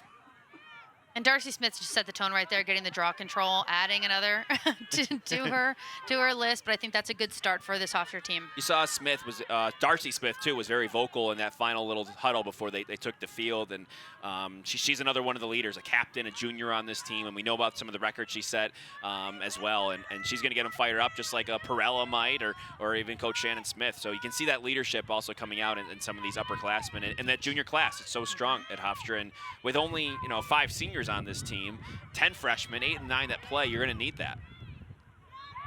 Isolation right here with Perella. Obviously, we still have the face guard going up with Alexa Matera, but they're looking for Perella to go to cage. Perella turning with a couple of defenders on her, firing, and that's why, but Hofstra's going to pick it up. A couple of quick whistles here.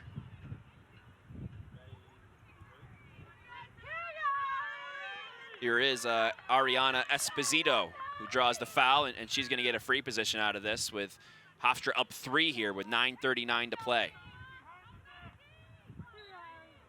Esposito takes it out as they're going to milk a little bit of clock. They've got 30 seconds on the possession clock, so we'll see what they do with that. Something they've been doing quite a bit in the second half is milking the clock a little bit and may have taken them out of the rhythm of the offense. Trying to get back in rhythm here.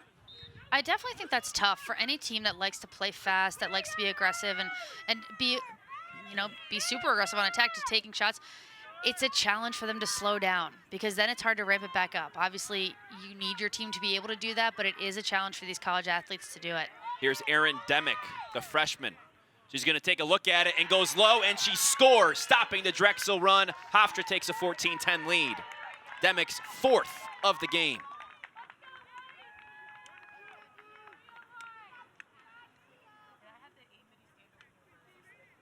So Hofstra being able to draw a couple fouls there, get a good opportunity on the free position and stopping that Drexel run following that timeout where we saw Shannon Smith get pretty fiery. That's definitely what Hofstra's looking for. Again, we'll see what happens in the next possession. If they can keep it going and they can stretch this lead out, I think Coach Smith will feel a lot better about how this game ends. If Drexel can stay in this fight and kind of keep it tight, I don't know if we'll be having that same conversation after. Not sure how that post-game interview would go if we get a chance to talk to her.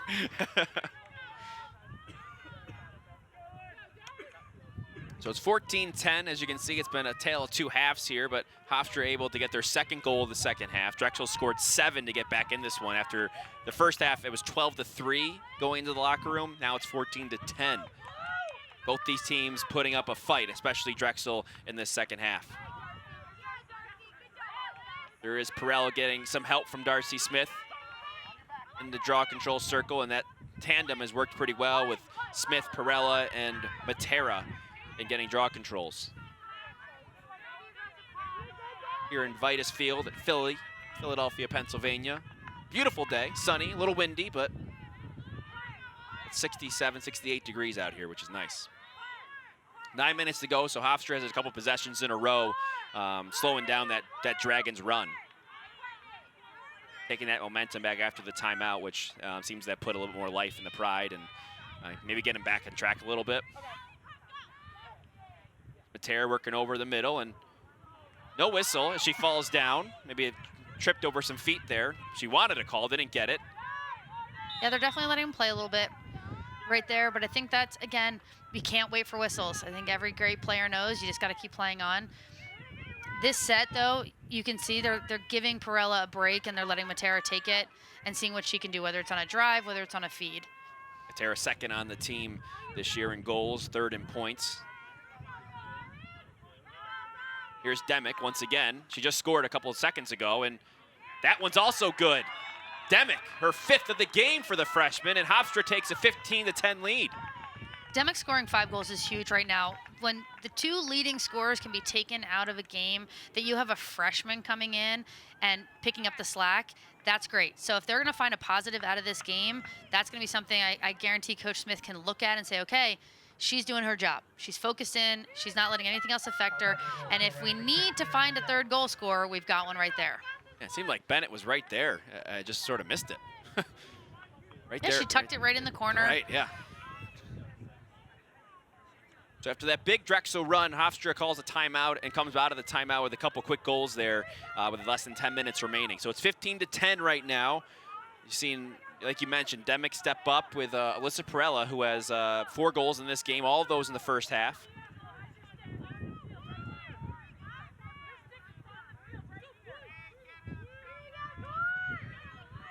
Drexel will try to go on one more run. They couldn't exactly get there to be able to get close enough to say they were going to tie it or anything like that, but maybe they have one more run left in them here with 8:20 to go.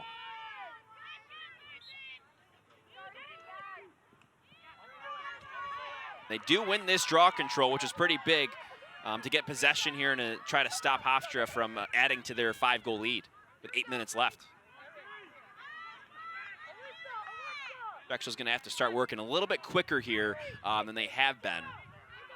Yeah, I agree. I think they don't need to rush. They've been able to find holes, but they can't be draining the clock down to 20 seconds. They should be looking to go probably in the first 45 seconds to give them multiple opportunities on net.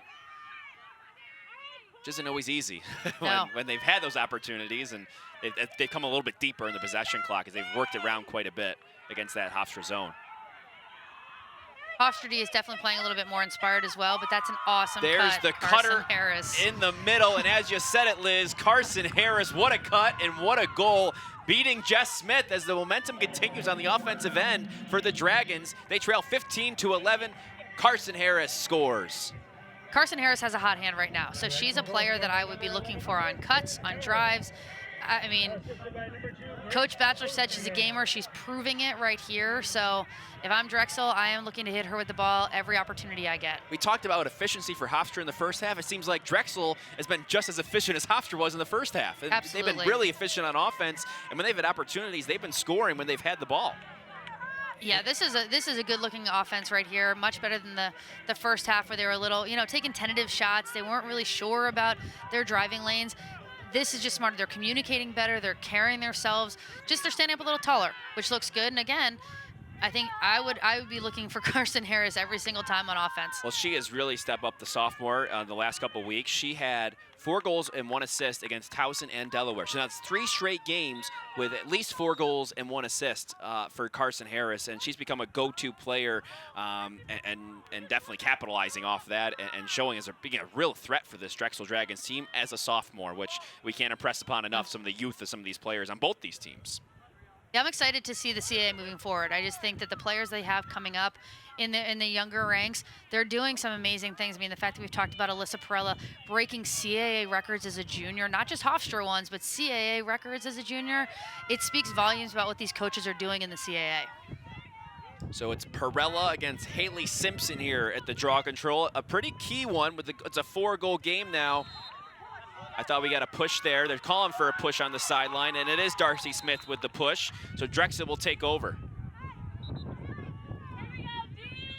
If I could hear them on the sideline, I think the refs could too. So, not that there's any bias there, I'm just saying. Not at all. You think the refs ever listened to you, Liz, back in the day? Oh, God, no. Well, they listened. I don't think they, right. They weren't taking my advice. As I got older in coaching, I realized it wasn't worth having that fight. It's a fight, it's a losing battle, yes, I think is the way to put it. So Drexel with the ball, down 4, 6:40 to go. Skip pass, sort of the left alley, left side. Finding the cutter in the middle, that's Harris. It's a little tight there in the middle of that zone, and Darcy Smith takes over.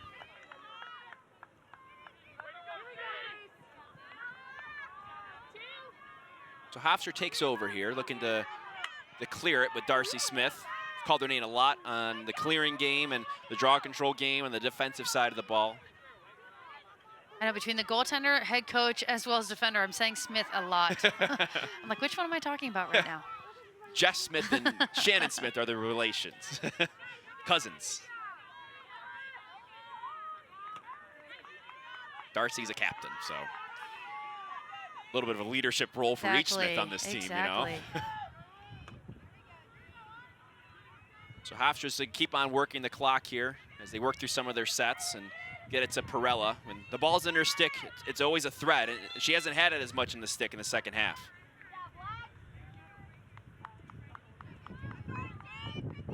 She's going to get it out to Matera after the infraction there on Drexel.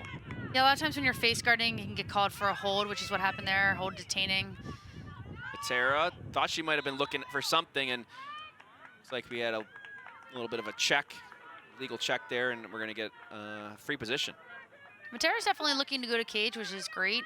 You know, I think there's a couple opportunities she can shoot sooner. She's got a great shot. She's really aggressive and quick step. If she can turn that corner and take that shot earlier, I think she's going to find more success. She has been aggressive in this second half. She'll take it from the left side. She's going to look for her shot. Quick shot there, backed up. She knew she had the backup and takes the shot with 30 seconds on the possession clock. It went wide of the cage, so no reset. Whistle what they'll play on. Shot, though, wide there by Esposito. 18 seconds on the possession clock. Hofstra looking to get a goal. Nice dodge in the middle there. And we're going to get a card Aaron Demick, who has scored 5 goals on the afternoon, drawing that one. That's a great drive at crease, really aggressive. I think that's something that Hofstra's done better this past possession. They're going to cage harder. They're not slowing down. They're not passing around as much. They're going to cage and being aggressive. No card there. I thought there was going to be one after all the contact, but Demick will shoot and score her 6th goal of the game.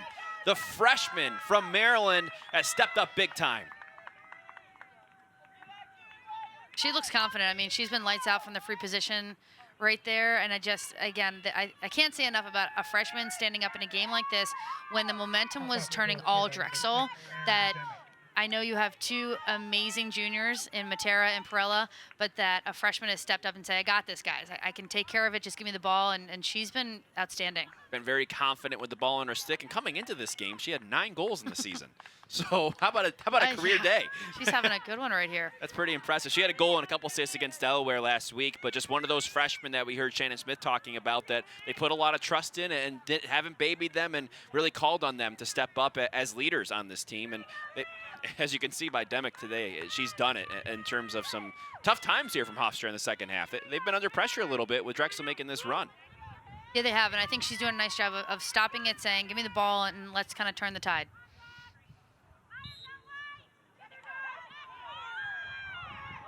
But scoring 6 goals after having 9 all year long. Drexel takes over here with 5 minutes left. It's a 5-goal game. They've sure have put up a fight in this second half. Seeing if they have one last run in them.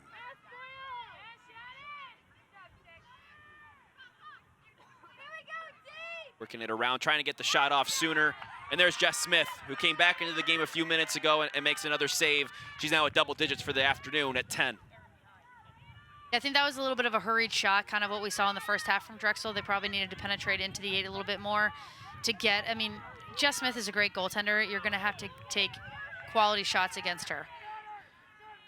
So Hofstra will take over, and they're going to try to probably bleed some of this clock here with a 5-goal lead, 4:21 left. With Drexel, they've been so efficient on offense for the most part, you really don't want to get the ball back to them anytime soon.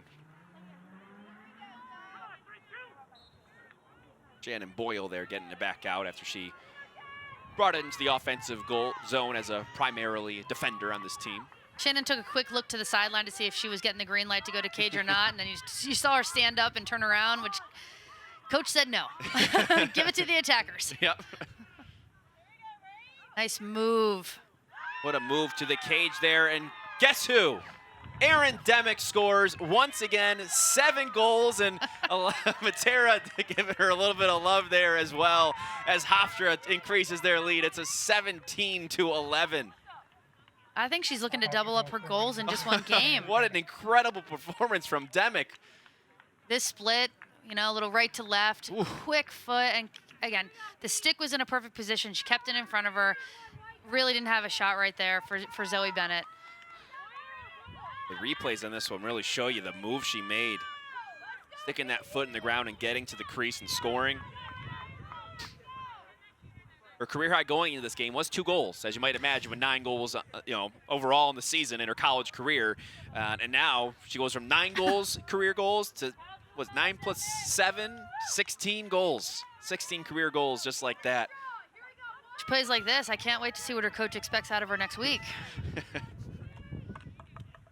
4 minutes to go, and Hofstra has taken more control of this game now in the last 10 minutes, especially after that timeout from Shannon Smith, and as they try to get some momentum heading into next weekend's CAA tournament semifinals against Towson.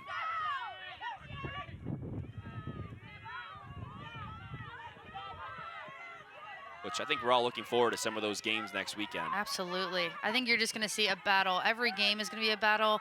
It doesn't matter what happened in the regular season because every team believes they can win the championship, and I think they're all going to put it out there on the line. JMU and Elon will start things off at 4 o'clock, and then Towson and Hofstra, that's all on Friday. They're at 7, so looking forward to seeing this Hofstra team play a hot Towson team right now. Towson only losing to JMU in conference play. And JMU is looking for the three-peat. You know, Yeah. they talked about it earlier. The only other team that's ever had a three-peat was Towson. They didn't want Towson to have anything over top of them, so that's something that I know Coach Clay Spockham, they've talked about as a program. They want that three-peat. They want to be aggressive. They want to get back to the NCAA tournament. Here's Matera. It's bodied up there a little bit with the stick, and we're going to get a card out of that one. So Hofstra will go a man up. Fresh possession clock, less than 3 minutes to play. They're going to probably take as many seconds off this as they can. Subtract 1:30 from 2:56, and what do you get? 120 Something. 126. I'm doing a lot of math here that I wasn't expecting. I was an English major, so I'm not going to help you out. But they get a free, a reset on the possession clock, so I think you are going to see some of that clock wind down.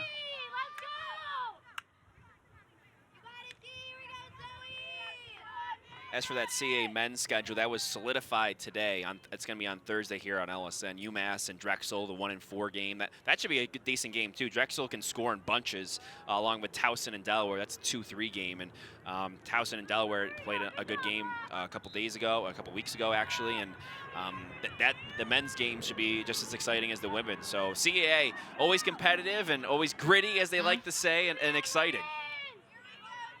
Kind of like this game. Yeah. And that's the thing. It's a 17-11 game, but it doesn't feel like that. In the first half, I would say it absolutely felt like it was they pulled away. Second half, it's been good to see Drexel fight back, and at the same time, it's been great to see Hofstra fight back and show why they're going to the tournament next weekend. Yeah, I mean, we'll talk about Hofstra, I'm sure, in the coming days as they get another goal to sort of put the cherry on top. Cameron Faith this time with the goal. Another freshman for this Hofstra team. It's 18-11.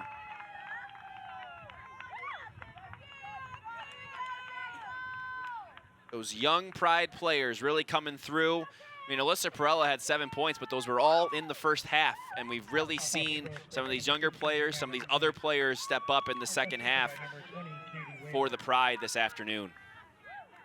And that's something any coach is going to be happy about. You want to see balanced scoring. You want to see who will step up. It's actually kind of a great challenge. Who will step up when your top players are being face guarded, when your top players aren't playing well? The fact that they have freshmen right now stepping up, that's got to excite the coaching staff. It also fires up seniors. You know, it's one of those things, it takes pressure off of a senior, off of Alyssa Perella, even though she's only a junior, off of Alexa Matera, to think that they have to score when they know that their teammates can do it around them. 2:25 to go, 18-11. A little more smiles on both sides. and you know, you see Drexel, this is their last game of the year. They're going to finish the season, 1-5 in CAA play, 6-10 overall. But I think they got, from my perspective, for what Jill Batchelor was talking about, she wanted to be, wanted to see this team compete and get something out of this game. And I think the second half really showed a lot about where this program's going. Yeah, I agree. I feel like she feels great about the way the program is moving forward. I think the players, you can see how they react to her, how they are still fighting. Again, they take the scoreboard out of it. Are we competing for draw controls? Are we going after it on attack? Are we being aggressive defensively? If you can look on the field and see that kind of competitiveness, that grit, then you're going to feel good as a coach about the way your program thinks about itself and acts, regardless of a scoreboard. And it's funny, talking to Coach Batchelor, is that here's Grady out the free position. It looked like it might have trickled. No, it did not get past the goal line there. So Jess Smith, by a couple of centimeters, makes the save. And she's had to return in this game after that Drexel run. Just like we were saying, they said they were focused on themselves for this game. It's kind of funny. She goes, yeah, I know they've got a lot of threats out there with Perella, Matera. But that's good that we're going to focus on ourselves because we don't want to have to focus on all the threats that they're going to give us. And I think in the second half, they showed that. Absolutely. 90 seconds to go, and if you want to tune in later tonight, Lacrosse Now is the only place you can get a complete roundup from the entire lacrosse world every single night.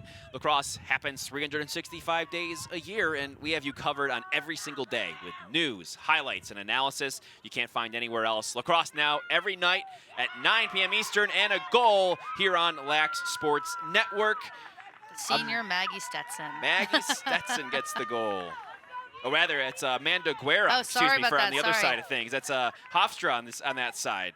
Amanda Guerra, her first goal of the year. She's a freshman, and she adds to that Hofstra lead. Looking at my wrong chart. Maggie Stetson did score today. She did. As a senior. So we got some freshmen scoring, some seniors scoring. A little bit of everything. A little bit of everybody. It's Guerra in front of freshmen. She actually had 3 goals last week against Delaware, and I feel like every other time we're talking about freshmen. She's someone who barely touched the field to start the year, now is coming on strong, like Hofstra. And I did ask Shannon Smith, when we're talking about teams, girls coming on strong in the last couple minutes of the game here. I asked, so how do you peak? How do you find the right formula to peak at this time of the year? And she goes, I really like the way we're playing right now. We're not going to change too much. We're going to keep them on the same diet, same workout routines, because she likes the way they're sort of flowing and getting things going. So it says a lot about how she feels about how this team's going right now. And I think now that we've seen the full 60 minutes play out, I think she should be proud of how this team's playing. They almost scored 20 goals today.